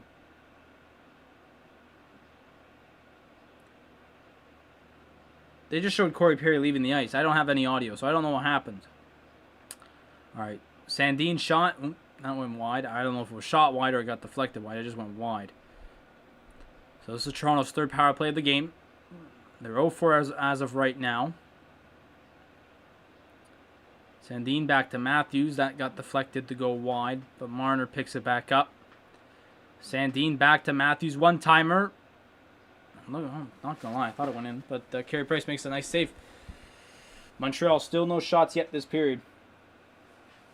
So I don't even know what happened here. So once again, Philippe Deneau lost the face-off to Joe. Well, that was Joe Thornton. Oh, it was a blocker saved by Carey Price. That was a hell of a save, not going to lie. Ooh, and that save by Carey Price was even better.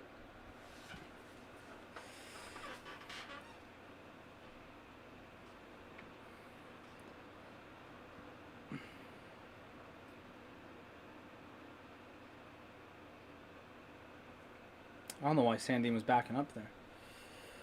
All right.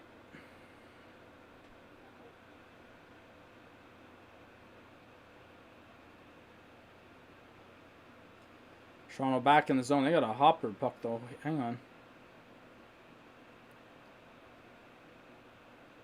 Clear that down there.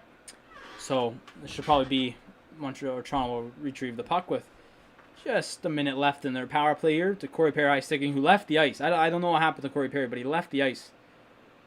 So, I'll be interested to see what happens here. And we'll... Ooh, who's put just... Tyler Foley just put in a spin cycle.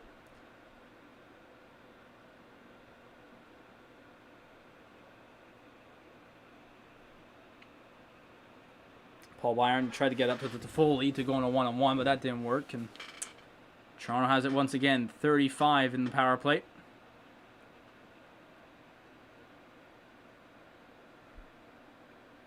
And that puck gets cleared once again all the way down. This has been a really good Montreal PK. Really good.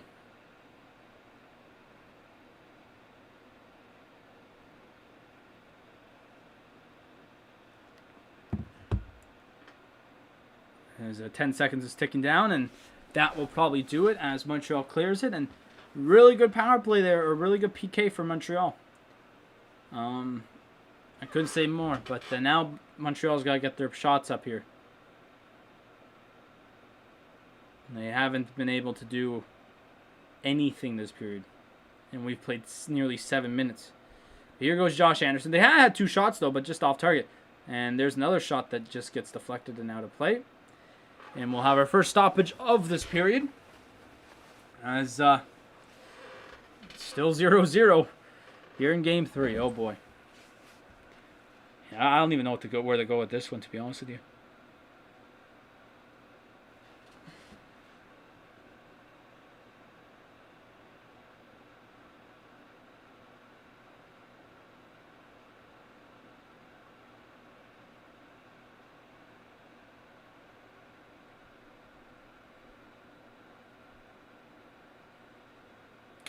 Hey, what's going on, Walter? It's been a boring one here. It's been a boring game. I'll tell you what. But no, honestly, where do I go with this one? Like, we've had the power play, but besides that, it's been all Toronto this period. I mean, Montreal's had 3 shots this period, technically, or 4. But 3 of them have been deflected out of play. So I can't really say much about, you know, their shooting right now. What's this tweet I get?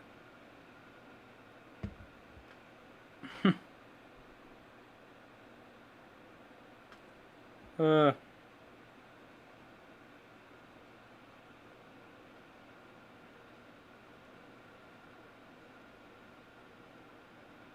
wow. But yeah, no, Montreal's just got to bring their intensity up here. They lost to Terry Lehkonen, obviously, in the first period. Probably due to concussion protocol. Have not seen him back out there yet. Corey Perry also left the game. No clue what happened there to them. I'm going to see if I could try my best to see if there's any... what shirt do I have on? Well, it's the only other hockey shirt that I got on that's not Sens, and it's a Vegas one. I got a Vegas shirt on. So hang on here. Why did I go there? But no, I got Vegas on. That was not intentional though to tonight's game. I'll tell you that right now. Why would I want Leafs PR? Leafs PR aren't going to tell me anything about the Habs.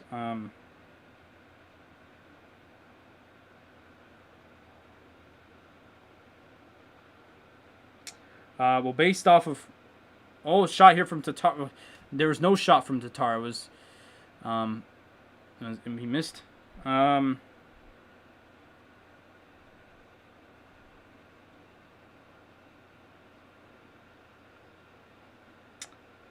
So, Arturi Lehkonen will not come back tonight. That's all I know. Not seen Corey Perry since. So, I have to see. But here's a chance from March Marner. Oh, but well played there defensively by Montreal. And that's going to go down for icing. So, there we go. Marner should have shot that. I don't know what he was doing. Or let's see if he had a chance to shoot that. I don't know.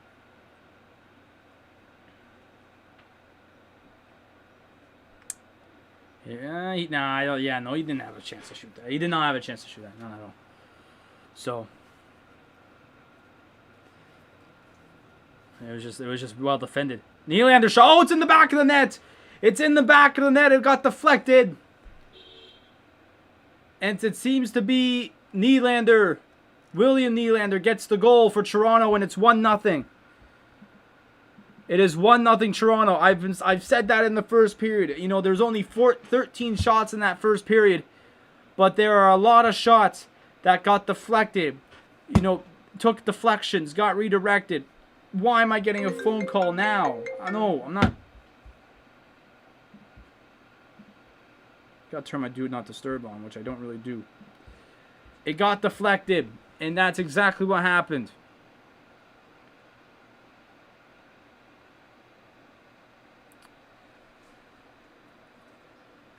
It's 1-0. I'm not surprised that the first goal of this game got deflected into the back of the net. So it's Nylander assisted by Kerfoot. I thought that went off Galchenyuk. You know who I've noticed who's been a... Oh, here's Nylander again.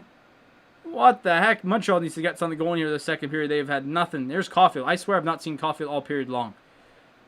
One thing's for certain is I'm not surprised Ben Sherratt was not... I think that went off Sherratt. I'm not surprised Sherratt... Price also never saw it. That is true. Well, but Sherratt has been a part of the... Like, I swear he's been... The puck has gone off him maybe 5 times tonight already. Like, if there's a guy that the puck's going to go off if it's him.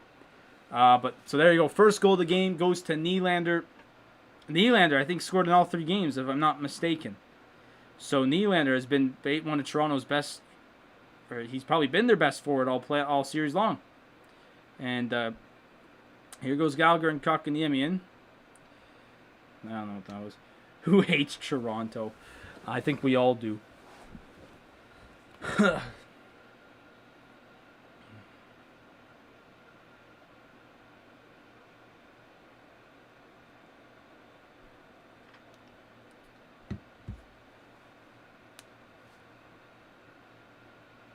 Well, like I said, Montreal's offense needs to get going here. It's been really weak. Here comes Toffoli. Just throws a puck towards the net. I don't even know what that was. Montreal still only has 1 shot this period. But Toronto has picked up 7. Toronto has as many shots this period as Montreal has in this game. So Toronto has come out to play, even though, yes, they did have the power play. But Toronto has come out to play the second period for sure. And it's been Montreal. Maybe that goal will step up Montreal for sure. Because boy, do they need it.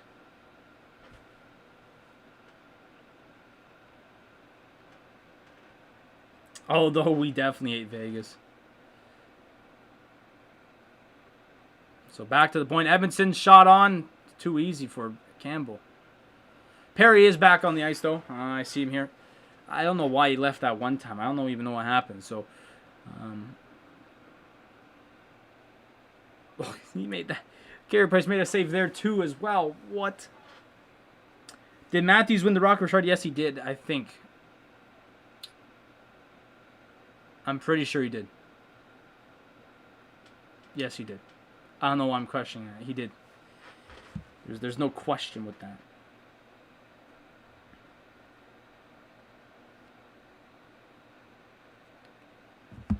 So that's Nylander's 3rd straight game with a goal. And it gives Toronto the 1-0 lead here in game 3.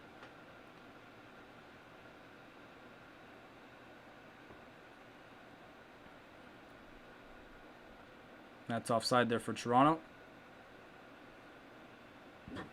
Is Pro Gamer here? I don't think Pro Gamer here. I think Pro Gamer lives in Europe, so I doubt he's up. He also just really comes out to the soccer streams. He doesn't come out to the hockey ones all that much.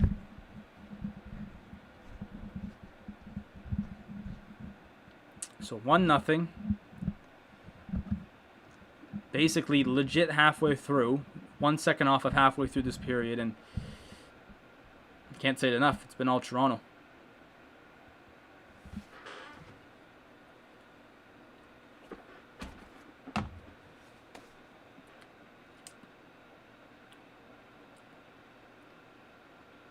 And again, this has been another period where Montreal is just throwing the puck to wherever on the ice. Like, do you think it was deserved due to the way this league was set out? Ooh, that's a good question, Walt. Oh, massive hit there. I don't even know if that was a hit.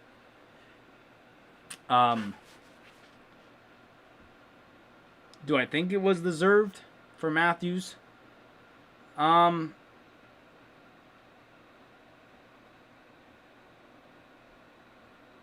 I mean, I guess you can say it. Oh, and there's a tip there. A big save on Engvall was Carey Price. Holy cow. Oh, my God. No, I'm just realizing this now because I forgot about it. They need Romanov. They need Romanov. This is a joke. But do I think it was deserved? That's a good question. Because obviously, that could have happened to any player, right? But like you could take into some consideration some stuff like the fans being in the American stadiums and not in the Canadian stadiums. Look at the top scorers in the league this year. McDavid, Draisaitl, have come from the Canadian division. So, I've heard that the Canadian division is known as the cupcake division, like it's the crap division basically, which it kind of is. Kind of, well, it ended up being that, but like, there's a shot on by Marner that just goes wide. So, you could kind of say it was deserved. And here goes Montreal. If a 2-on-1, if they weren't tied. Deneau just gave up on that play. Here it goes to Foley. He's going to shoot. That's too easy. They got to stop doing those. Here goes Cole Caulfield. He's just going to wire that back in front. Where's the point shot? That just went wide. Holy cow. Petrie. That goes wide. They send it around. Armia sends it towards the net. I think that went off of Caulfield, but over the net. This is Montreal's best shift this period. There's a shot by Petrie. Tried to go through the seams, and we're going to have a little bit of a brouhaha here near the crease. As I think we'll also have a stoppage of play. But that was, listen, we've played 13 minutes, or less than 13 minutes. That was Montreal's best shift of this period. And we still currently sit 1-1 thanks to, or no, not 1-1. We sit 1-0 thanks to a William Nylander goal. But, let's see.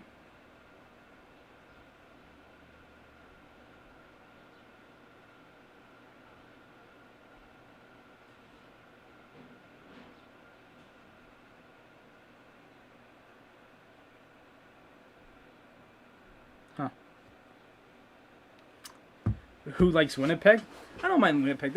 I cheered for them in 2018. I like them. I like their team. And honestly, I've said it from the start. Although I did say Edmonton would win the series, I wouldn't be.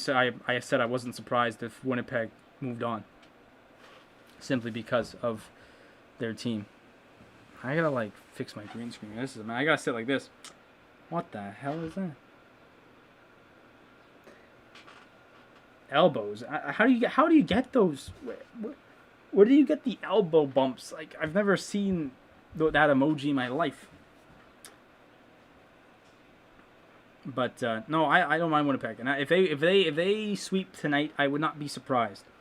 I mean, I think I would be a bit surprised, but I wouldn't be massively whoa, okay, they swept Edmonton. Edmonton had it coming. I'm actually gonna do some mid-period research here, because let's be real. Who's gotten the points for Edmonton this playoff series, right? Hang on. Look at these playoffs. In Game 1, the only goal came from Puljujarvi, Nurse, and Barrie. So your top line. So your top line scored in Game 1. No one scored in Game 2. In Game 3, Draisaitl, Kassian. So out of their 5 goals they've scored these playoffs. Ooh, linesman got dumped here off the faceoff. So 7:20 remaining here. Let's see if Montreal can continue that momentum off of that last shift. But 5 goals are little chance here. Rebound. Oh, what a play there. What a clearance by Montreal. I don't know how that did not go in the net. Should have been 2-0. But no, for 5 goals by Edmonton, 3 of them by their top line, which is fair enough. But you got to get more. You got to get more out of your team. I think Jujar Kararia, that's his name, and wraparound didn't go so well for Montreal there. Holy cow, that was another good chance for Montreal. Jujar Kararia and Zach Kassian are scoring the goals. I think those are both on the 4th line. Both of those players on the fourth line. Come on, you know what I mean? So they gotta fix that up. They gotta get their second and third lines going here, because you know their first line's gonna be there. You know McDavid and Draisaitl are gonna be there for most of the time. They've been held scoreless. You know, they haven't been held scoreless for 3 games in a row ever. This year. Oh, here's a chance. Suzuki. He's kind of breaking in one-on-one on Morgan Rielly. Suzuki with the shot. He scores! I don't know why I celebrated, because I'm happy. I don't want the Leafs to lose. Nick Suzuki with the goal. Or I don't want the Leafs to win, sorry. And the game is all tied up at 1-1. That was played terribly by Morgan Rielly. Morgan Rielly just gave Nick Suzuki the lane to walk in and shoot. Let's see if Morgan Rielly let him walk in and shoot that. He needed to cut him off way earlier than that. So, I mean, he kind of did, but that took way long. That took way too long too. And also, like I said, I've said this before on my streams. That's perfect spot to shoot. Above the pad, below the blocker / glove. It's in the back of the net. It's a tie game here in Game 3, 1-1 with 6:04 remaining in the second period. Nick Suzuki with the goal. Are you kidding me? It was a nice night. Nice night. Well, you're right. Perry and Tatar get the goals, and there we go. Or Perry and Tatar get the assist. I don't know what I'm saying anymore. So it's all tied up here.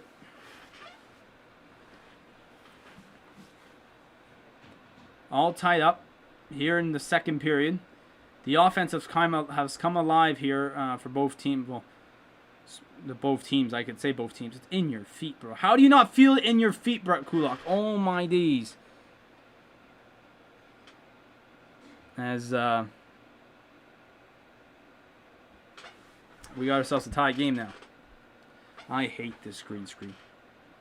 I hate it with a passion. Like I can't lean forward, because look at it. You can legit like see it. And then if I lean back, it's just way uncomfortable. I should have just gotten that green screen that just fits around my... should have just gotten that green screen. You know, I had the option to get a green screen that just attaches to my chair, but I didn't think that would work out so well.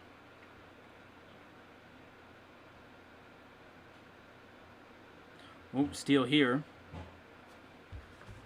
Alright, so we're under 5 minutes here.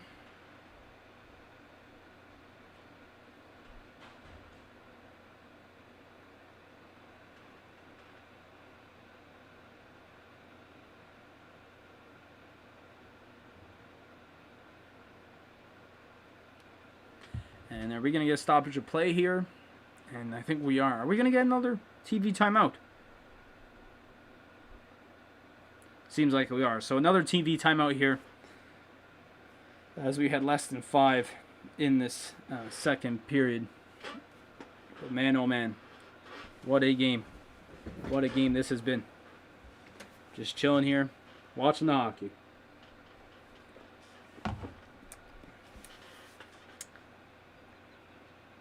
So we got ourselves a game, which I didn't think we would, like 10 minutes ago.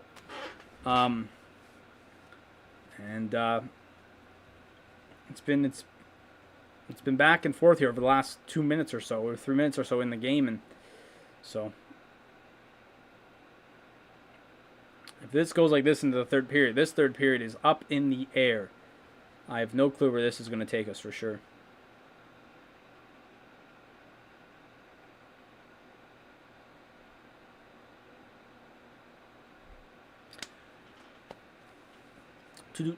But it was a good goal by Nick Suzuki. Good goal. Nice shot. Let's see.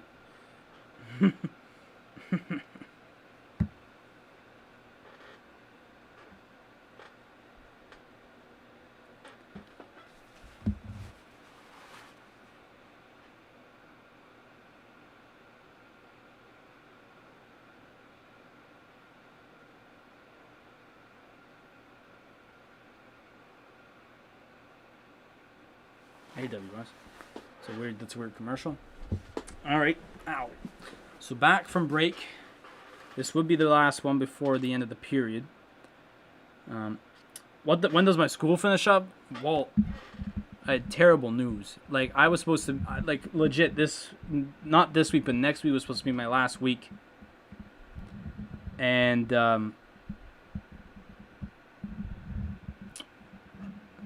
then because we had those 2 classes that got canceled, the remainder of those classes will be all tidied up into this June month. So I'm not home till the end of June.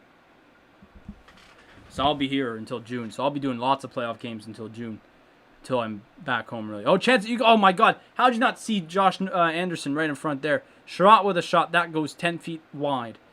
In this time, we must watch YouTube like this. What does that mean? Marner with a shot. That's too easy for Price. 4 minutes left, or just under that.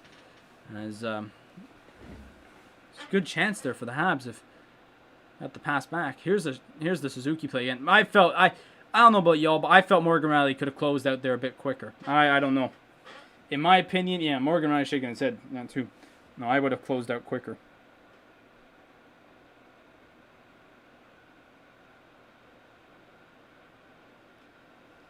That is just me. You. Alright. Oh, me. Yeah. What?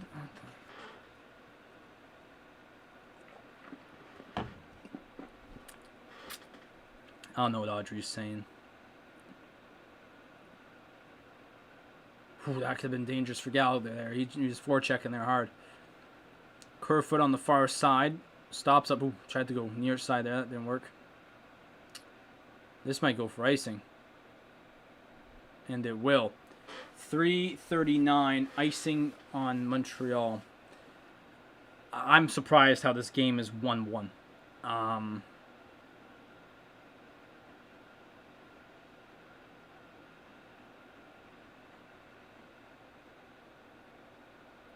I'll be completely honest with you. I don't know how it's 1-1. To me, I feel like it should be at least like 3-1 Leafs at this point.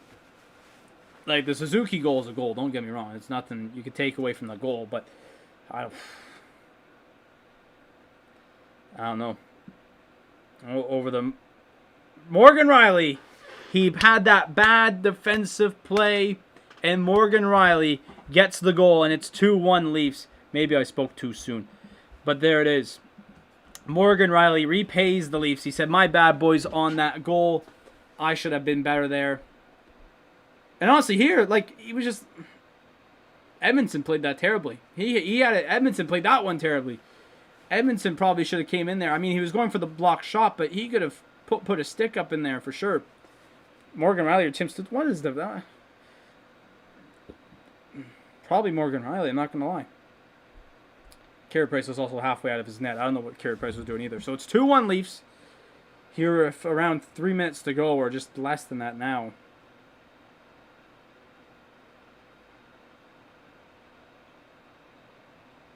Or no, I was wrong. 2:20.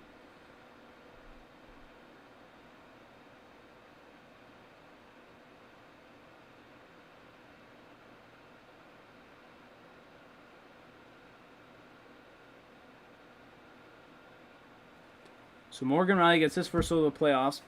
I don't know if it's my downstairs neighbors or my roommate, or because my window's open I'm smelling it, but I smell like pasta right now, and it smells good. I don't know what's going on. So here's Suzuki. Montreal, are they going to keep it in? Yes, they will. Montreal's going to keep it. It's going to go all the way around, though. It might not be pasta. I don't even know if it's pasta or not. But it smells good. Whatever it is, it smells nice.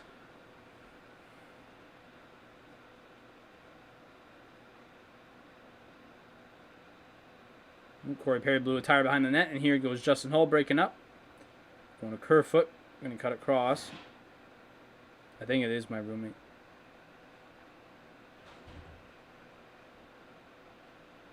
All right, back over. Muzzin's got it. Back to Hull. His shot. Tipped. Kerfoot couldn't get a shot away. Back goes Montreal with 2 minutes to go. Corey Perry gets it around Hull, but no one's fast enough to beat Muzzin.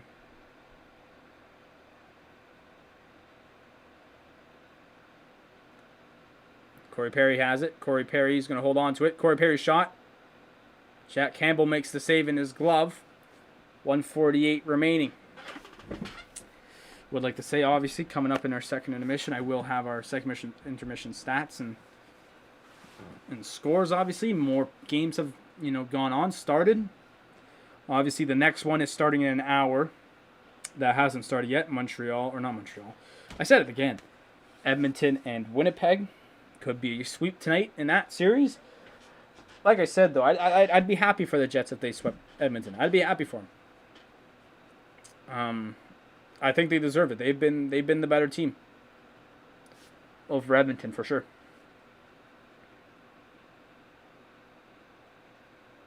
And watching that game last night, even when Edmonton was up 4-1, I even felt that they were the better team. Winnipeg was the better team. Like, they were playing better. And even after, when even Edmonton, that's the thing though. Winnipeg scored that one goal. They scored that one goal to, make it 4-2. They were, what a play by Paul Byron. Just passed it back to no one. But here's Mitch Marner. He's got a little break. He's going to have to cut back. Go back to the point. Riley again. Into Hyman. Oh, what a stop by Carey Price again. Another big stop by Carey Price. Mitch Marner. Carey Price is the reason this is 2-1. Carey Price is the exact reason this game is 2-1. Now we got a little bit of a brawl going on here. Weber with Matthews. I think I saw Anderson on Hyman. I don't even know what I saw.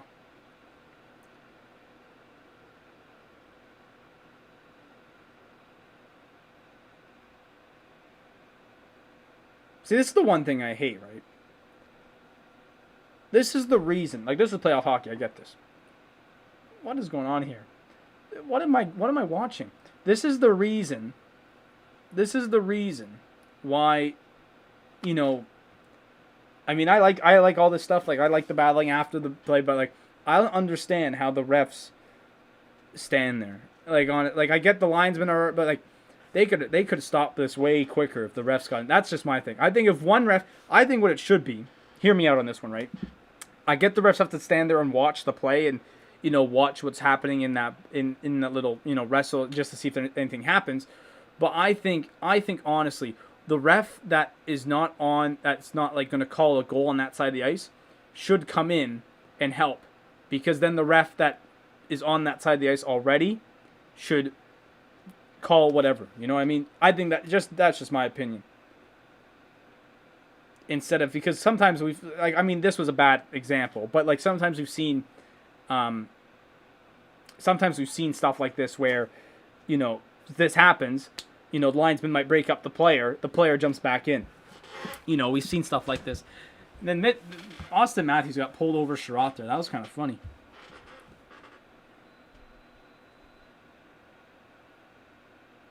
I'm not saying that rule should be implemented in the league, but I'm just saying that should be considered, because it would stop, like, this wasn't bad, but when these battles like this are bad, then they need to stop. Now, determining the penalties here. One thing I think I might need to do is bring my light closer to me here, because this is getting annoying. Actually, it doesn't even matter, because I know it's actually better back here. I hate this light. Not even this light. So there's a power play for Toronto. But yet there's a player for Toronto in the box. Hang on here. So probably both for roughing. Anderson and Sherratt. So power play for Toronto. 1:08 remaining in the period.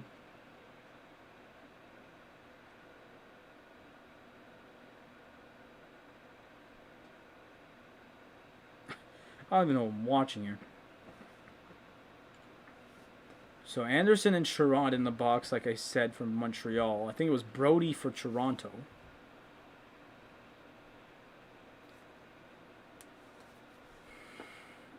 So it is a power play, but the face-off was at the Montreal blue line, which I don't understand that. But Toronto's had trouble tonight. 0 for 3. As we enter this final minute. Now.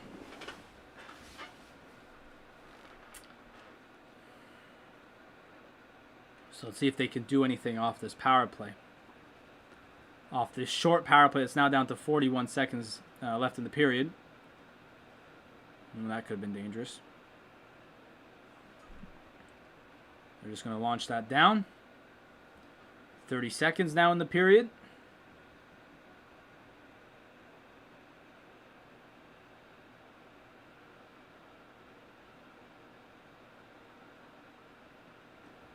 I don't know if they might get something here. This might be their last little rush here. 14 seconds. If Montreal can get down. 6 seconds. See if they get a turnaround shot. Matthews. Oh, baby. What a save by Carey Price. Like I said, he's the only reason this is 2-1. The only reason that this game is 2-1 is Carey Price. 100%. I also forgot to turn on my lights. Hang on. What a save by Carey. Matthews turnaround shot, a little flutter puck too. 2 seconds left. They might get a quick shot here. Nylander saved by Price, and that's going to do it. So the end of the second period, and I went to the wrong thing. I went to the wrong thing again. Where the hell is it? There it is. The end of the second period, and it's 2-1. We had 3 goals this period, a big second period. But Carey Price, like I said, it could be 5-1 if it wasn't for Carey Price. As we're going to head to the second intermission. With the Leafs 20 minutes away from a Game 3 victory. But we're going to get to the stats and all that. Right now.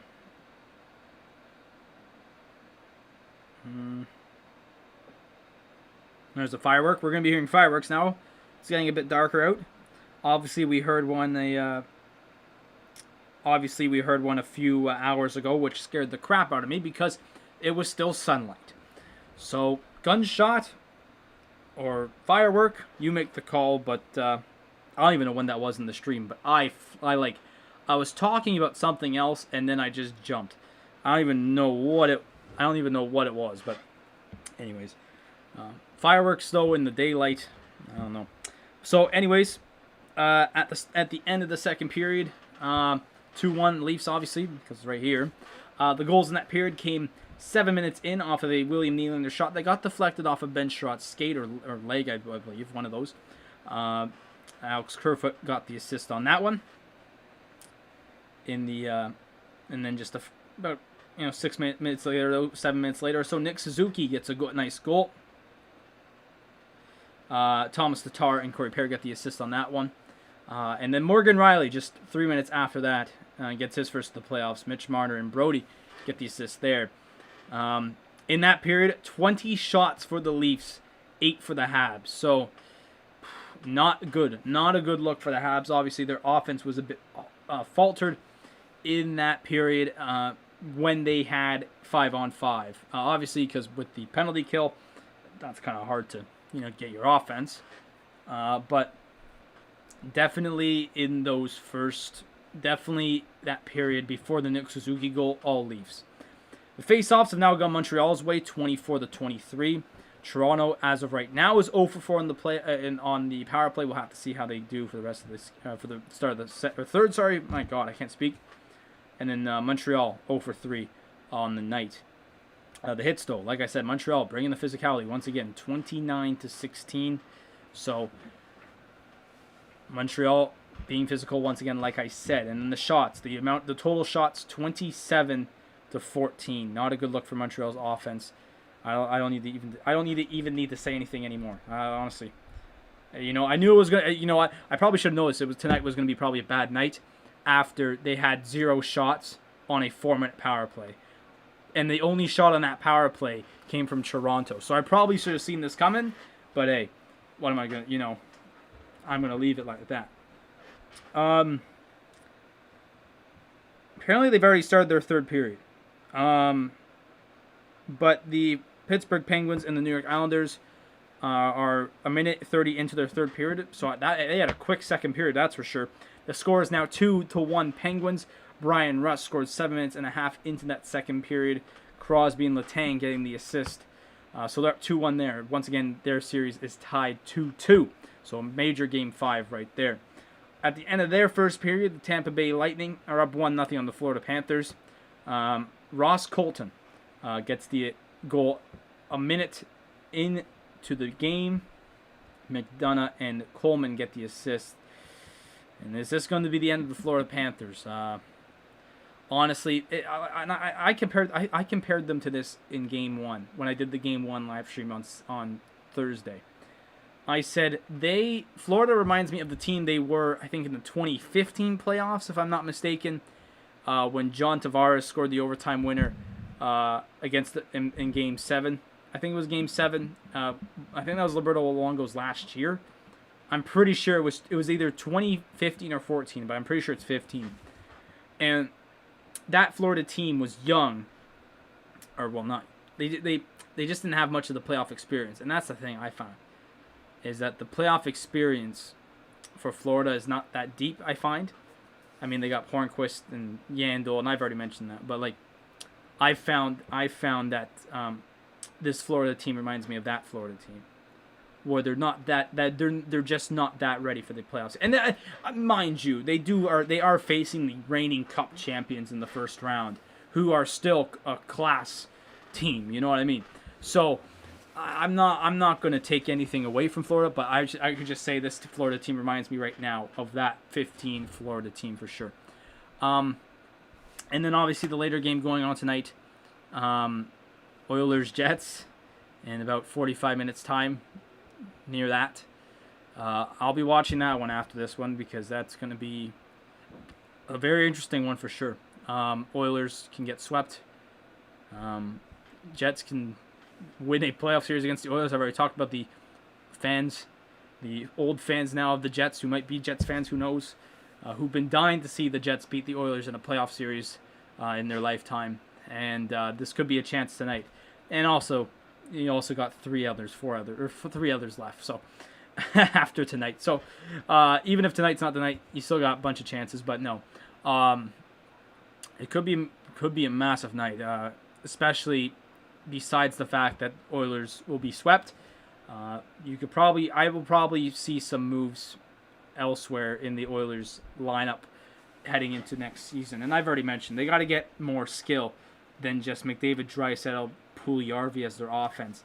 They have to get those bottom six forwards to be, good bottom six forwards. You can't have old guys that have run out the mill, and they gotta get nice, easy guys to be with and that can play to the system. I mean, not saying they don't play to the system, but I'm just saying they need better players than what they got. Because you're not going to get a goal every night from Zach Kassian. You're not going to get a goal every night from Jujhar Khaira. If Zach Kassian or Khaira gets a goal tonight, okay, I get sat down. But here's the thing: those are not your goal scorers. You need more goal scorers in your bottom pairings. You're going to need your bottom lines. You need more goal scoring from them, as in the regular season, so you could show consistency. But anyways, point is, like I said, if the Jets advance, I hear fireworks going on. If the Jets advance, I wouldn't be mad. I wouldn't be surprised. Sweep, I'd be surprised with. Not gonna lie. But if the Jets win tonight, it's gonna be a fun night. I actually want to open up my window to watch these fireworks, even if I can see them. So hang on just one moment. And then also the later game tonight, Vegas taking on the Wild, and the Vegas can go move on to their second round to face Colorado, who did some pretty easy business to the Blues over the weekend. Which actually I should probably get into this period or this intermission, so I might. But hang on, just 1 second. I'm gonna raise up my window here. Can I see the fireworks from here? Hang on, I'm trying to see if I can see the fireworks. I saw them last night. I'm sure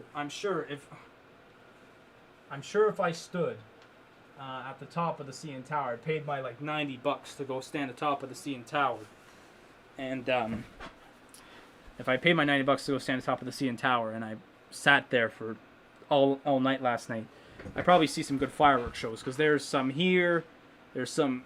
I'm just pointing, so you can't really tell where I'm pointing to, but there's some out my window, that way, which I could see. There's some out my window down the road I could not see, but here I think there's some behind me.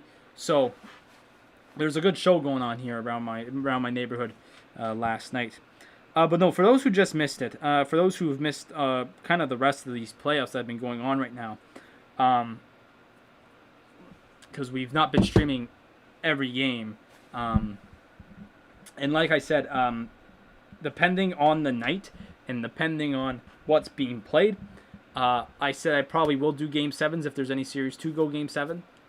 Also depending on the time. If I'm not watching a Vegas Golden Knights versus Minnesota Wild Game 7 at 10:30 p.m.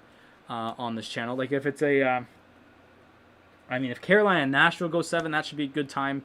So I could probably do Carolina-Nashville series. So that would have been that would be okay.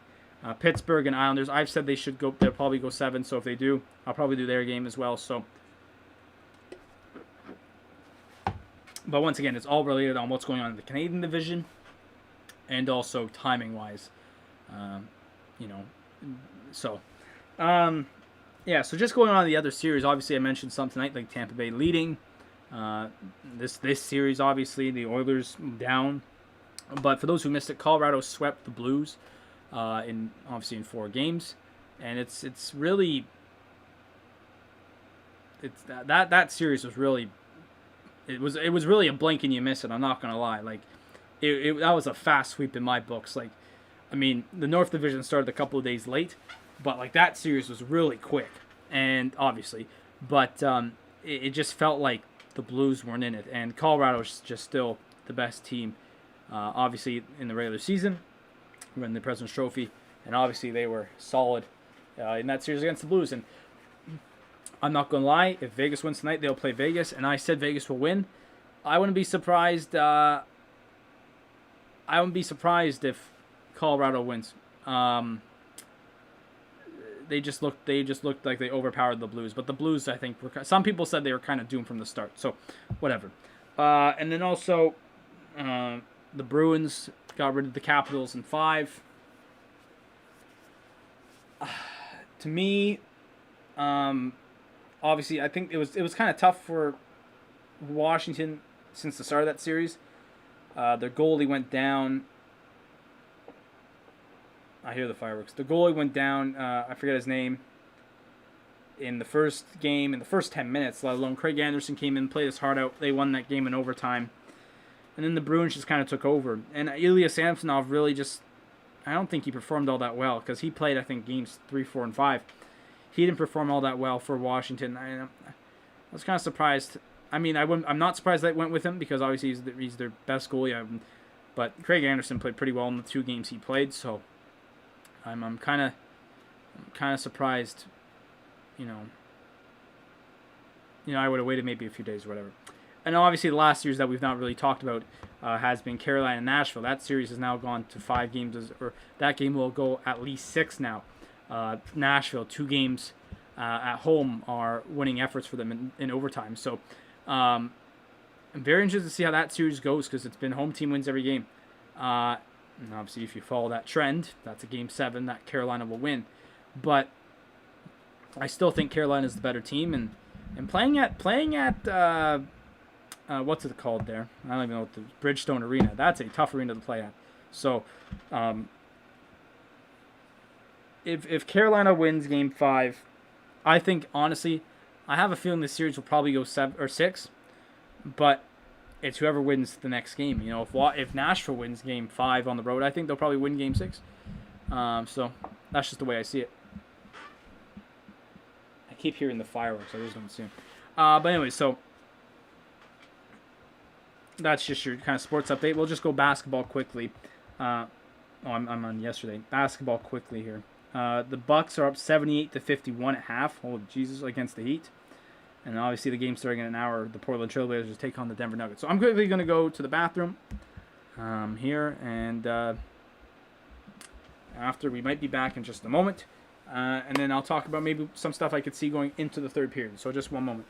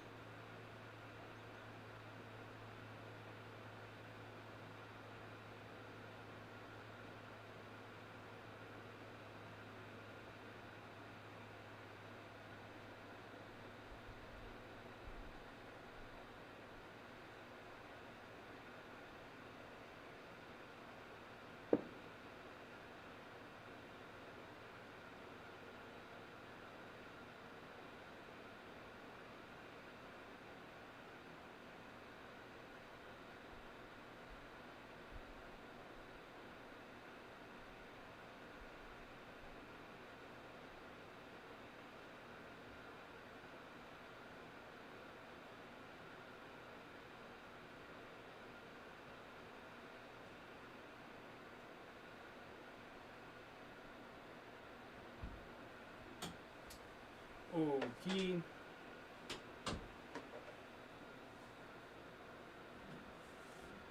See if there's any fireworks. I swear I heard one when I was in the bathroom. I don't know if it was me or I don't know, but I heard one. But the thing is, down the road that way, which I saw from last night, there's like a park, or it's like this schoolyard. It's like this school, but they got like a nice fancy track, and they got one of them fancy bubble indoor things to use their like field on, which was absolutely astonishing to see. But that's where I think there's some of them were setting off.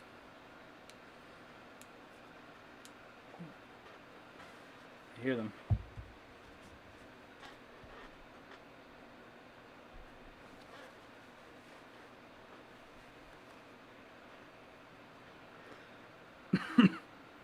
Let's see if there's anything going on right now.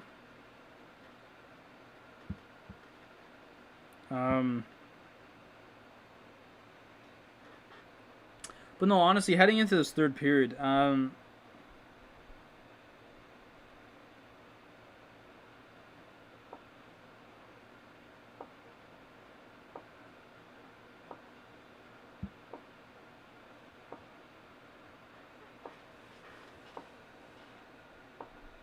hear him, I just can't see him.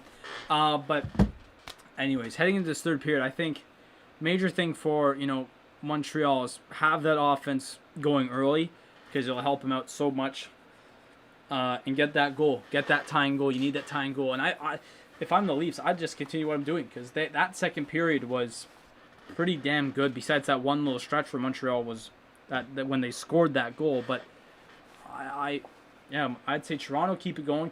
But then the Habs, I think they got to get their offense going early, because you can't have your goalie standing on your head and then you not perform at all. Because you do not want that.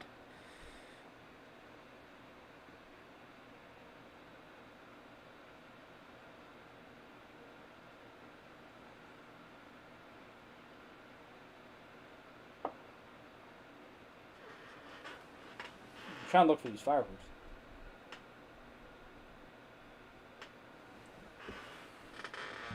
But yeah, no. So those are kind of my keys to this third period. But the way that second period goes, I'm not surprised if the Leafs hold on for this one. That's for sure. I just witnessed the same NHL live ad twice. Am I having deja vu? No, it appears we're back for the third period.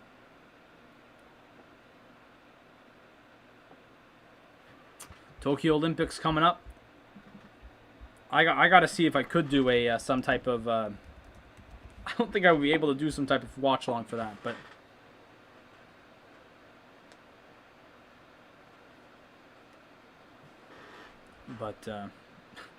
We'll have to see. Because what could I do with the Olympics watch along? 100-meter watch along? Yes! You know what I mean? Like, that watch along would legit last 2 minutes. Opening ceremony? Opening ceremony watch along isn't that bad either. I don't even know. But, actually, imagine opening ceremony watch along. Alright, so here we got to start this third period. Obviously, Toronto's still on the power play to start for 48 seconds. As we'll see how the rest of this game heads out.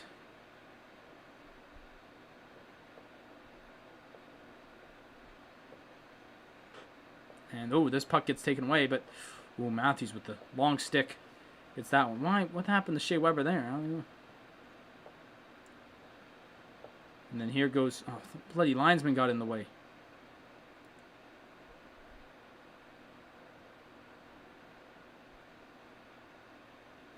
All right. Oh!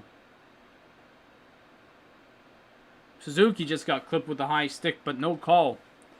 Or someone hit him in the high stick. We got to see a replay on that one for sure. But so we went from the first, so 2 shots on that power play for the Leafs. Sorry, I forgot to mention the power play's over. But, we went from the first period, which had 5 stoppage of plays in the first minute, to the second period, which I think had 2. And now the third period had 0. So, or did they have 1? I don't even know.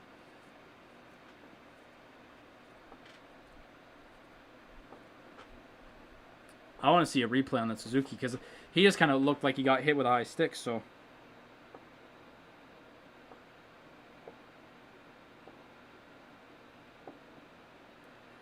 Montreal has it here.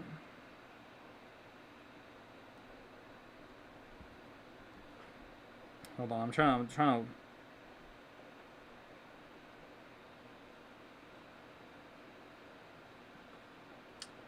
There's a stoppage of play here.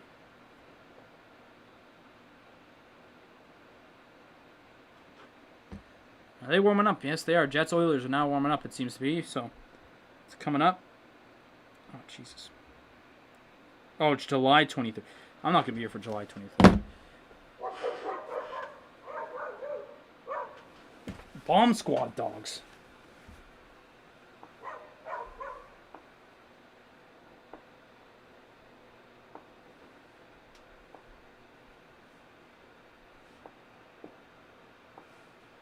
Jesus Christ.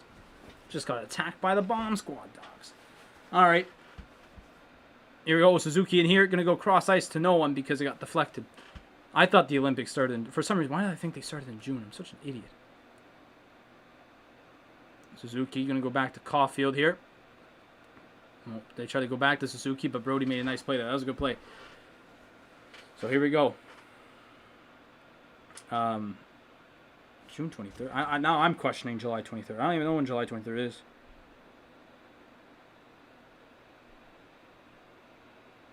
Oh, it's a Friday.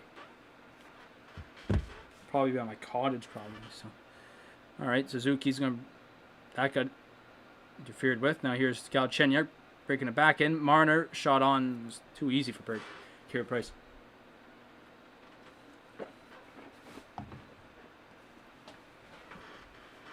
So, I don't know. I'll be excited for the Olympics, man. I gotta look more into it because usually I like looking more into the Olympics this year, or when they're coming up. I usually look into the Olympics, see what's going on, see the venues, see the events that are going on. You know, I remember in 2012. You know, I remember reading up that BMX was going to be in the Olympics, and I woke up to watch BMX one night. Got to go to bed. See you later. All right, bye, Audrey. Have a great night. But yeah, I know. So, you know, I like looking up the new, I like seeing the new sports and all that. I know there's some new sports coming in, but I like knowing when the sports are happening. I'm also going to be watching a lot of the soccer, the Euros, this summer as well. Once June hits, I already got that loaded up on the channel. That's for sure. How did that miss everyone? Is that going to go for icing? That really went for icing. That flew by 7 players. I don't even know what happened there. Well, that sounded close.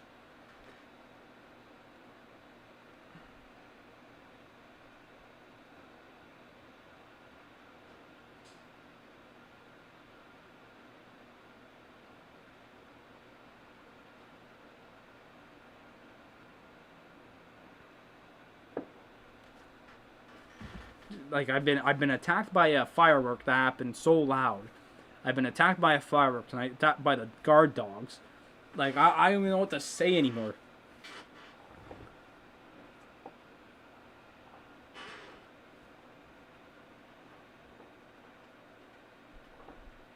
That's okay, Audrey. That's okay.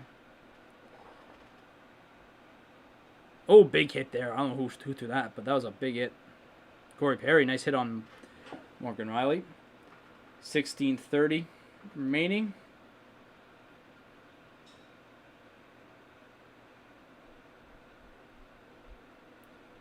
Repair's going to get that up. Thomas Tatar sends that cross ice to Petrie, who gets that poked away by Campbell. Okay, interesting play there. I actually don't think the Habs have a shot this period, so once again they're having trouble. Suzuki's just going to lay off, and Teams are going to change.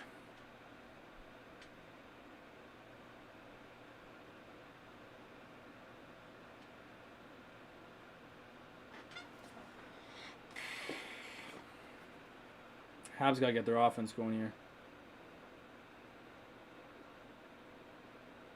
Kotkaniemi shot. Well, there's probably the first. I think that is the first shot of the period. Left the like and there. Well, thank you, Audrey. Thanks so much for leaving the like and doing all that. Once again, thank you.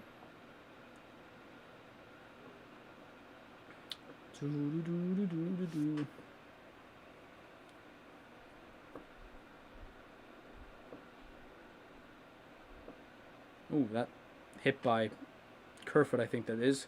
Almost took out the linesman and the player. Yeah, no, this is ping pong hockey. But I can't even say anything about this game. This has been a lot of ping pong hockey, that's for sure.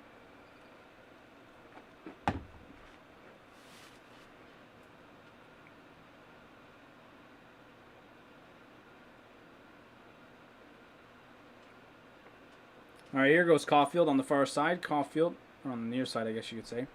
Suzuki back to Edmondson.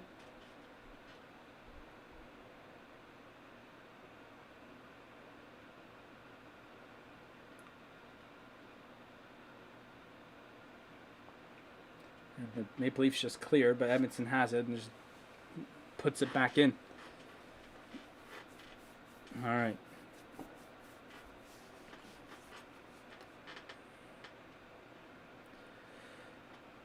Nearly 14 minutes left here in Game 3. The Leafs can get one here. That will be big insurance because the way that this is going for the Habs, it doesn't look like they might not get another one if the Leafs get a insurance marker here. That sounded close. You know what the thing is? You know, I have my We the North flag up here because obviously it's like a shader, or it's a shader. Idiot. Do English. It's like a blind for me, basically. It's like a it doesn't fit my entire wall, but I lift it up, and sometimes I look out my window, or when I have it lifted up, Shea Weber. There's kids outside. And there's these apartment buildings being built all the way down, That sounded close. So Foley with the shot gets blocked. This has been the Habs' best shift all game.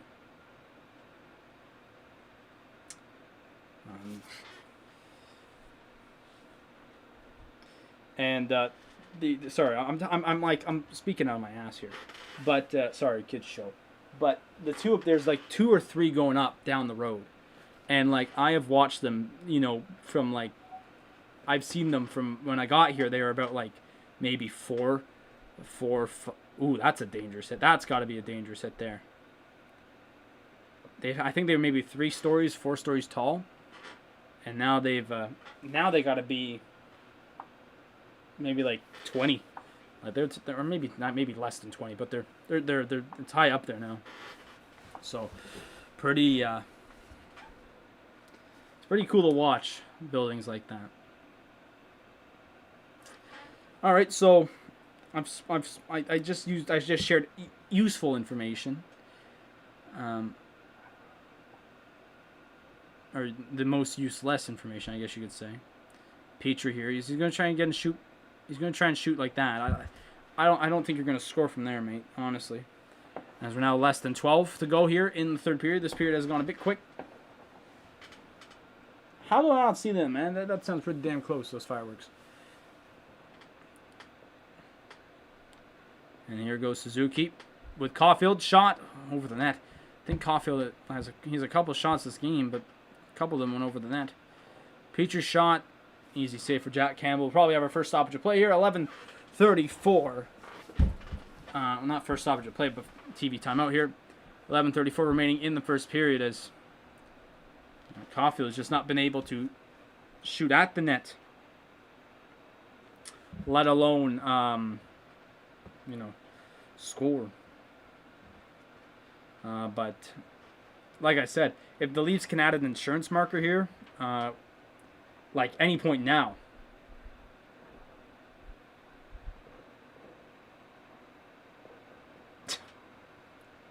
What was I going to say? If the Leafs score an insurance marker now, this game's over. I mean, listen, I know we all watched it last night. I know we saw the highlights, and I know we saw Edmonton blow a 3-goal lead. I understand that. But here's the thing, right? The way that the Habs offense has been going this period alone, and even the second period, I doubt that they will score 2 goals, 3 goals, or 2 to come back, 3 to win it. I doubt that in the span of 11:34 or whenever. That happened right outside my window.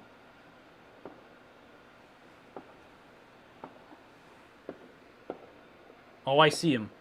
I know I just yelled into my mic. Hang on. I saw. It's like downtown.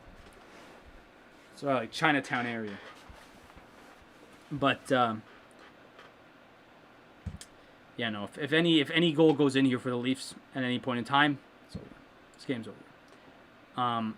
You know what's something funny is that the Leafs, not the Leafs, the Oilers, have blown 2 3-goal leads before in the playoffs. Obviously, the last one, 2017, in that what I would call a criminal game against Anaheim. I remember that game, and I was just like, that was the dumbest I've ever seen. And that Edmonton game was kind of the main facto of we don't even know what goalie interference is. And I remember that. But that was the first game where people were like questioning the league's goalie interference calls. But yeah, so they're the second. I think I don't know if there's a team that I noticed that had second. I don't know if I saw anyone else, but Edmonton twice. And Sherratt shot from the point, easy save there. Did Marner slide to block it? I don't even know what he did there.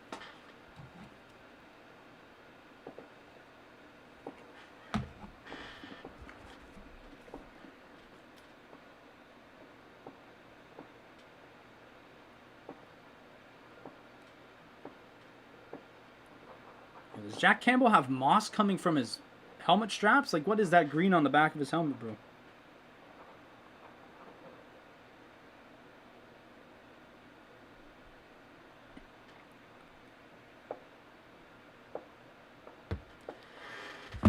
All right. So we're 11-12 left here in the third.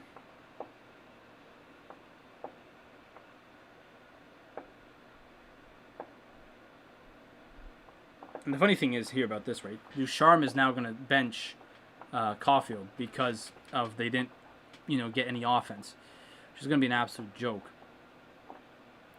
And I think Romanov comes in. I actually don't think that there's definitely a defenseman in this lineup that shouldn't be playing. That sounds like Queen's Park. I think there's some going on at Queen's Park. So there's fireworks going on at Queen's Park. There's some loud ones there. There was one last night at the park down the road, or the track down the road, that legit looked like it spread across like 7 blocks. I don't know which type of firework that person got, but they definitely paid like $1,000 for it, because I tell you, wow, I witnessed it too. Like, it looked massive. But so we're now about halfway through the third here. Or it's the anti-lockdowners and anti-maskers fighting. I don't know. Sorry, I had to put that one in there. Here we go. You kind of got numbers a bit. CR. No, that's not the play. We're gonna have another stoppage here. So less than 10 now to go. Montreal's offense been rapid. They are vamping up their offense here. I'm not gonna lie, but they're not playing the right. They're not having the right plays so far. So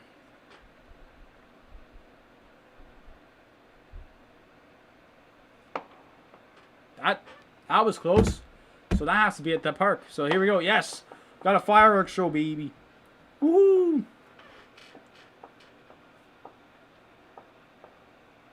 There's one there, one at Queen's Park, and one at the track again.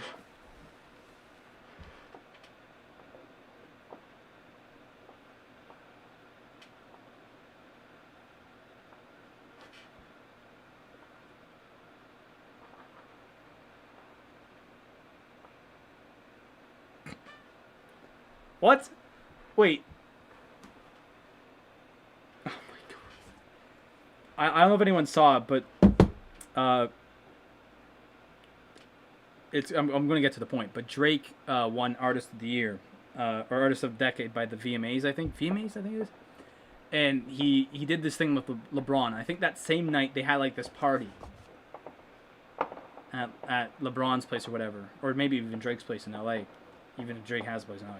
And people were like, "Oh, LeBron broke NBA COVID protocol," and this has come from the league.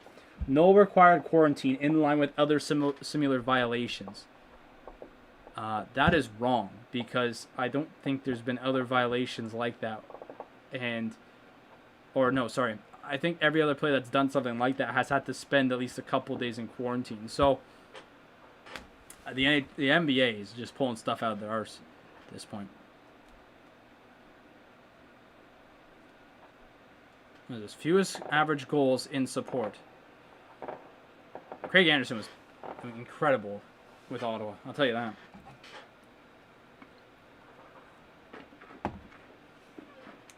All right, so now we're down to the last 10 of this game. We'll see what Montreal can do. Filipino working it, tries to do a wraparound. Josh Anderson couldn't get the puck off. All right, here goes Marners, Matthews, and Hymans. All right, here we go.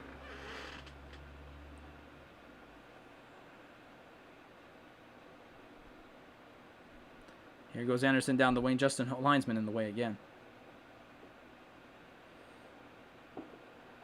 That went off the ref now.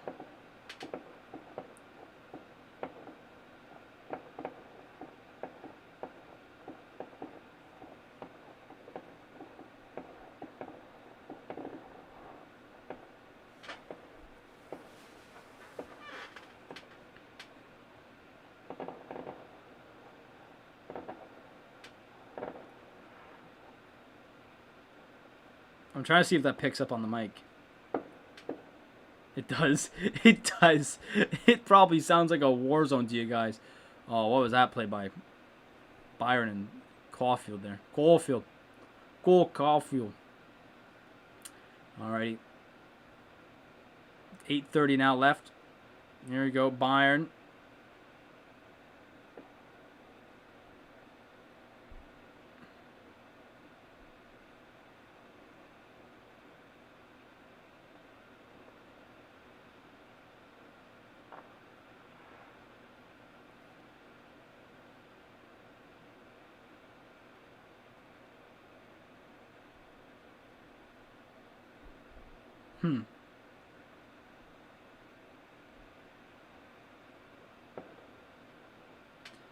Alright, here it is.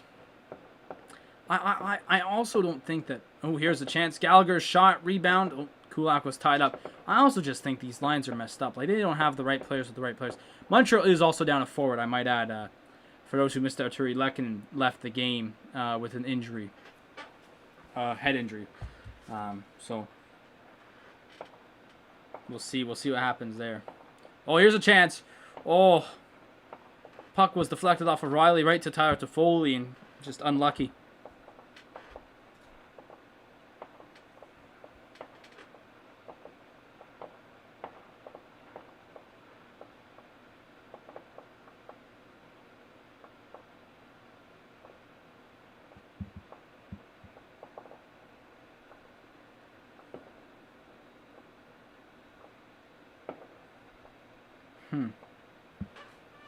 So 7:20 remaining.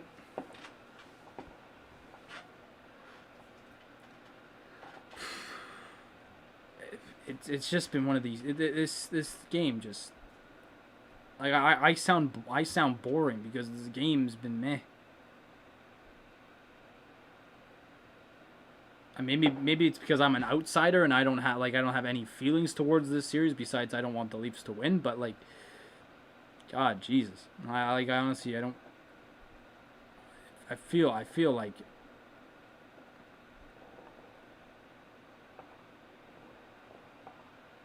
I just feel out of it. I feel out of it just watching this, which is hilarious. What is Sherratt trying to do? He's trying to hurdle Hyman. That's a trip. Should be a penalty. And that goes into the Montreal bench, but luckily I got the flag. So 6:46 remaining. There's going to be a face-off in the Montreal zone. So Montreal still looking for that one goal to tie it.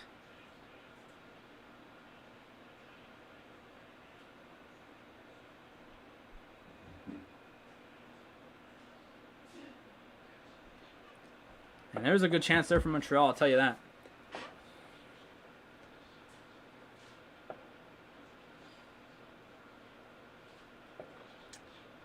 The time's winding down here for Montreal, that's for sure. Here goes Suzuki. The goal scored to Suzuki in again. Oh, too easy for Jack Campbell. What a chance for Nick Suzuki. Oh, man.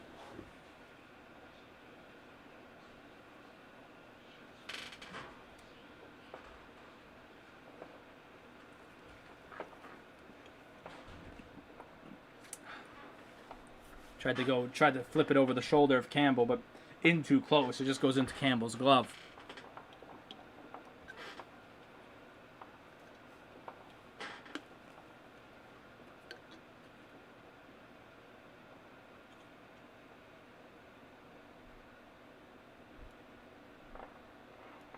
Caulfield doing some moves. The Petrie shot on. Oh, that just went wide. Oh, Montreal's bringing on the offense here. I'm not going to lie. No, Suzuki gives it away.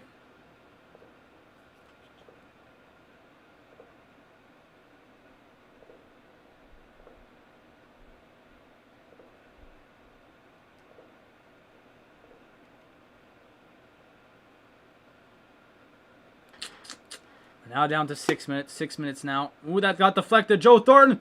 Bang! Over the net. Rebound. Oh, my days. I don't even know what that was. Here goes Tyler Toffoli. Needs help. Where's the third forward?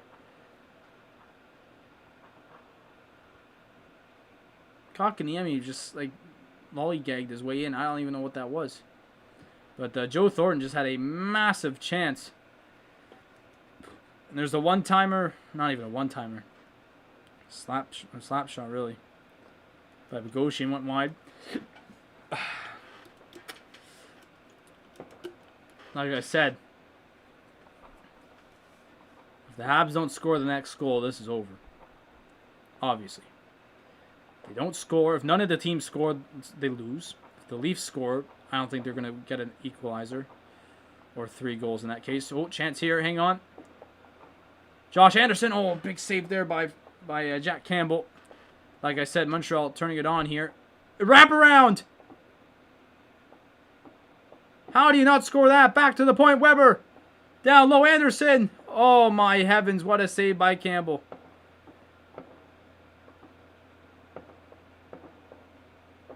How do you not put that wraparound away? Who was that couldn't put the wraparound? You had the wide open net. Let's see this wraparound chance. Oh, Tatar just got stopped. What a chance there. So less than maybe even 5 to go here. As it's just been an absolute tough one. There's mad fireworks at Queen's Park that I could hear. As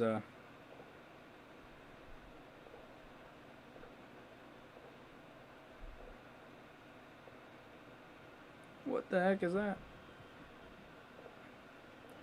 But what a chance! That honestly, I'm shaking in my boots now.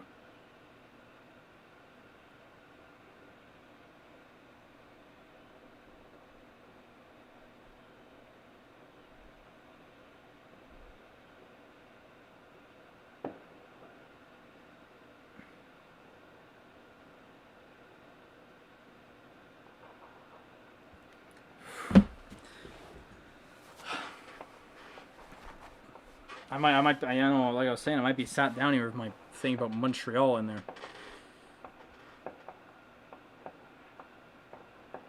They might not score another goal. I mean, I didn't really say that. I just said if Toronto scores the equalizer, Montreal ain't scoring.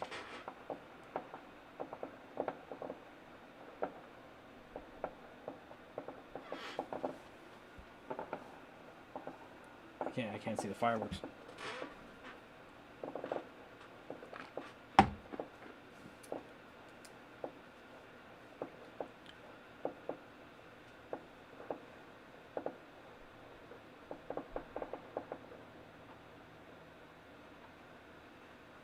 So yeah, Jack Campbell, 25 saves in the third, 12 in the third. It's the first period where he has to face double digit shots. I'll tell you that.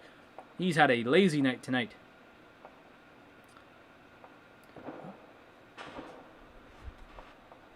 The Habs, they do look out. You know what? Well, Campbell is too. No. Campbell is playing fantastic in net. Habs do look at. Well, I said this in game 1 too. They like passing to wherever they think someone is. Also, their lines are not made right, and I do think that they need Romanov in their lineup there. The Russian rookie. I do think they need him. Why did they change? Why did they change their lineup? I mean, besides the fact, yes, experience, says words in the playoffs. I get that. It speaks words in the playoffs.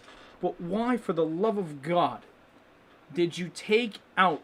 Romanov's played almost the entire year, too. Why did you take him out? I understand Caulfield. I understand Caulfield for taking him out. Because he's played 10 games. But Kotkaniemi, who's played for 3 years now. Yes, he's not really had playoff experience, but still. Romanov played your entire year. Solid defenseman. Why did you take him out of your line? That's why I've said, since I heard the news of Kotkaniemi, Caulfield, and Romanov out for game 1, I've been calling Ducharme a CHL coach, which he is. He's not an NHL coach. He's not an NHL coach. Because they thought they were going to get a boost with him over Claude Julien. They got the exact same. Here's a 2-on-1 for Toronto. Kerfoot over the Galchenyuk. Galchenyuk fanned on the shot. They thought they were going to get a boost with him. And now here's a chance for Spezza, and then Spezza fanned on it as well. 3:30 to go, and that's just my opinion. I just think I'd be surprised if Ducharme is back on the bench for Montreal next year. If they look at him, if they thought what he did was satisfactory, I would honestly, I could do Montreal's job better. Maybe, or not coaching wise, but I'm just saying, you have to have the right brain to look at it. If you don't, you just don't have a brain at all. And there's a shot towards the goal, fumbled it. There's a war going on outside. I don't know where this is coming from. Hang on, we got a little pause. 3:04 remaining.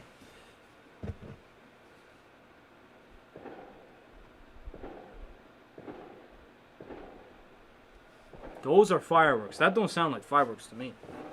It's at it's the park down the road. That way, not this way. That way. So Galchenyuk and Spets had good chances. They're just fanned on them. So 3:04 remaining here. But yeah, no, honestly, my opinion about Ducharme is that he's an assistant coach or a CHL head coach. I would not even put him at NHL head coach level. There's just some coaches that are like that. What was it? Dale Hunter with the Knights, London Knights. I feel like if Dale Hunter came to the NHL, he'd have some sense, but you'd probably just, you'd probably just have kind of the same as Ducharme.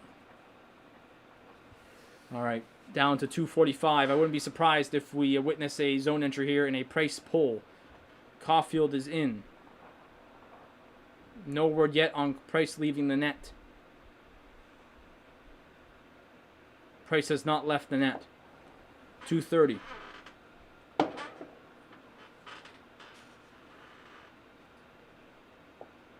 Changing up the lines here.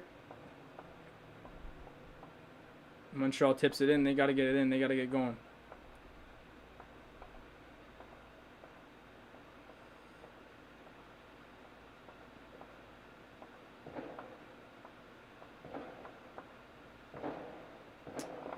Okay, so here we go. Price looking.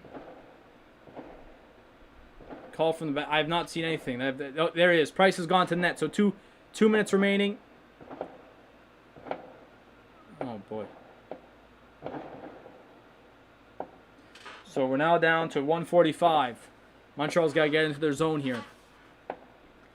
One last change. One last change and set it up. Over the Corey Perry! Oh my god, Nick Suzuki had a tap and he missed it. Nick Suzuki just had a tap and missed it. Josh Anderson shot wide. I don't know how you missed that. Toffoli back in front to no one. Petrie to Suzuki. To Perry behind the net to Toffoli. Back to Tatar. Petrie. Shot. Tipped. Rebound. Corey Perry couldn't put it home. Corey Perry gets tripped. How is that? You got to call a penalty there. There's no penalty call on that play. And that's leaving the ice last minute. 50 seconds left. I'm not going to lie. I don't know how you didn't see that trip. Fireworks are going off. It's crazy. This has just been... Oh, my days. 37 seconds. Back to the point we go. Weber. Oh, boy.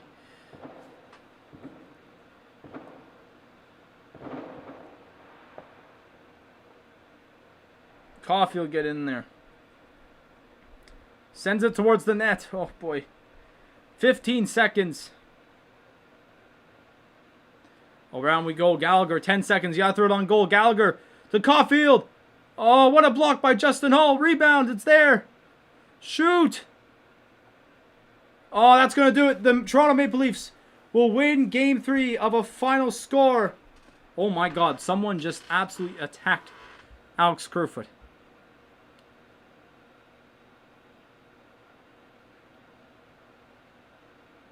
What a chance. That's going to do it.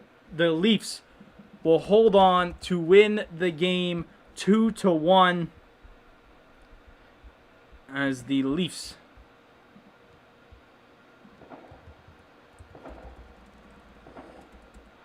oops, I did. Oh, 3-1.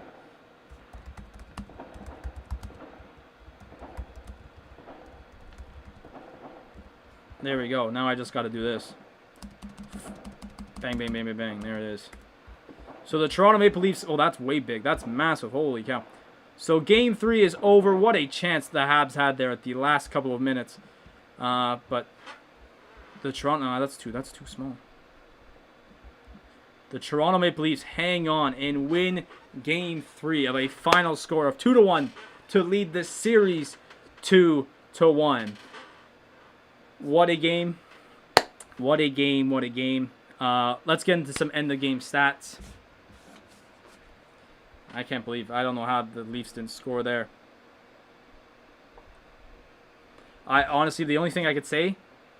Get Romanov in the lineup for the Habs. You need the defensive help. The defense has been absolute garbage offensively. So, let's check out the final stats for this game. No goals in that third period, obviously. The shots, though, were 14-2.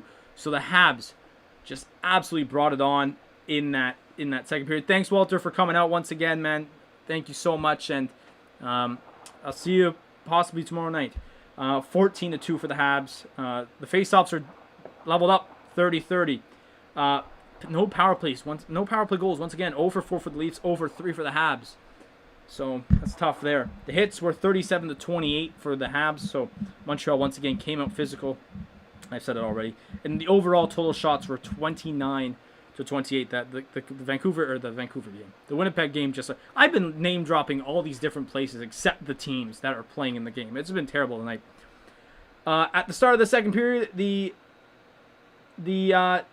or at the end of the second period, the Tampa Bay Lightning are now losing 2-1 to the Florida Panthers. Ross Colton obviously scored in the first period there, but in the second, Mackenzie Weegar scored 6:20 in, and then 10 minutes later, Mason Marchment scored to take the lead, so 2-1 there. And at the end of their third period, the Pittsburgh Penguins and the New York Islanders are tied 2-2.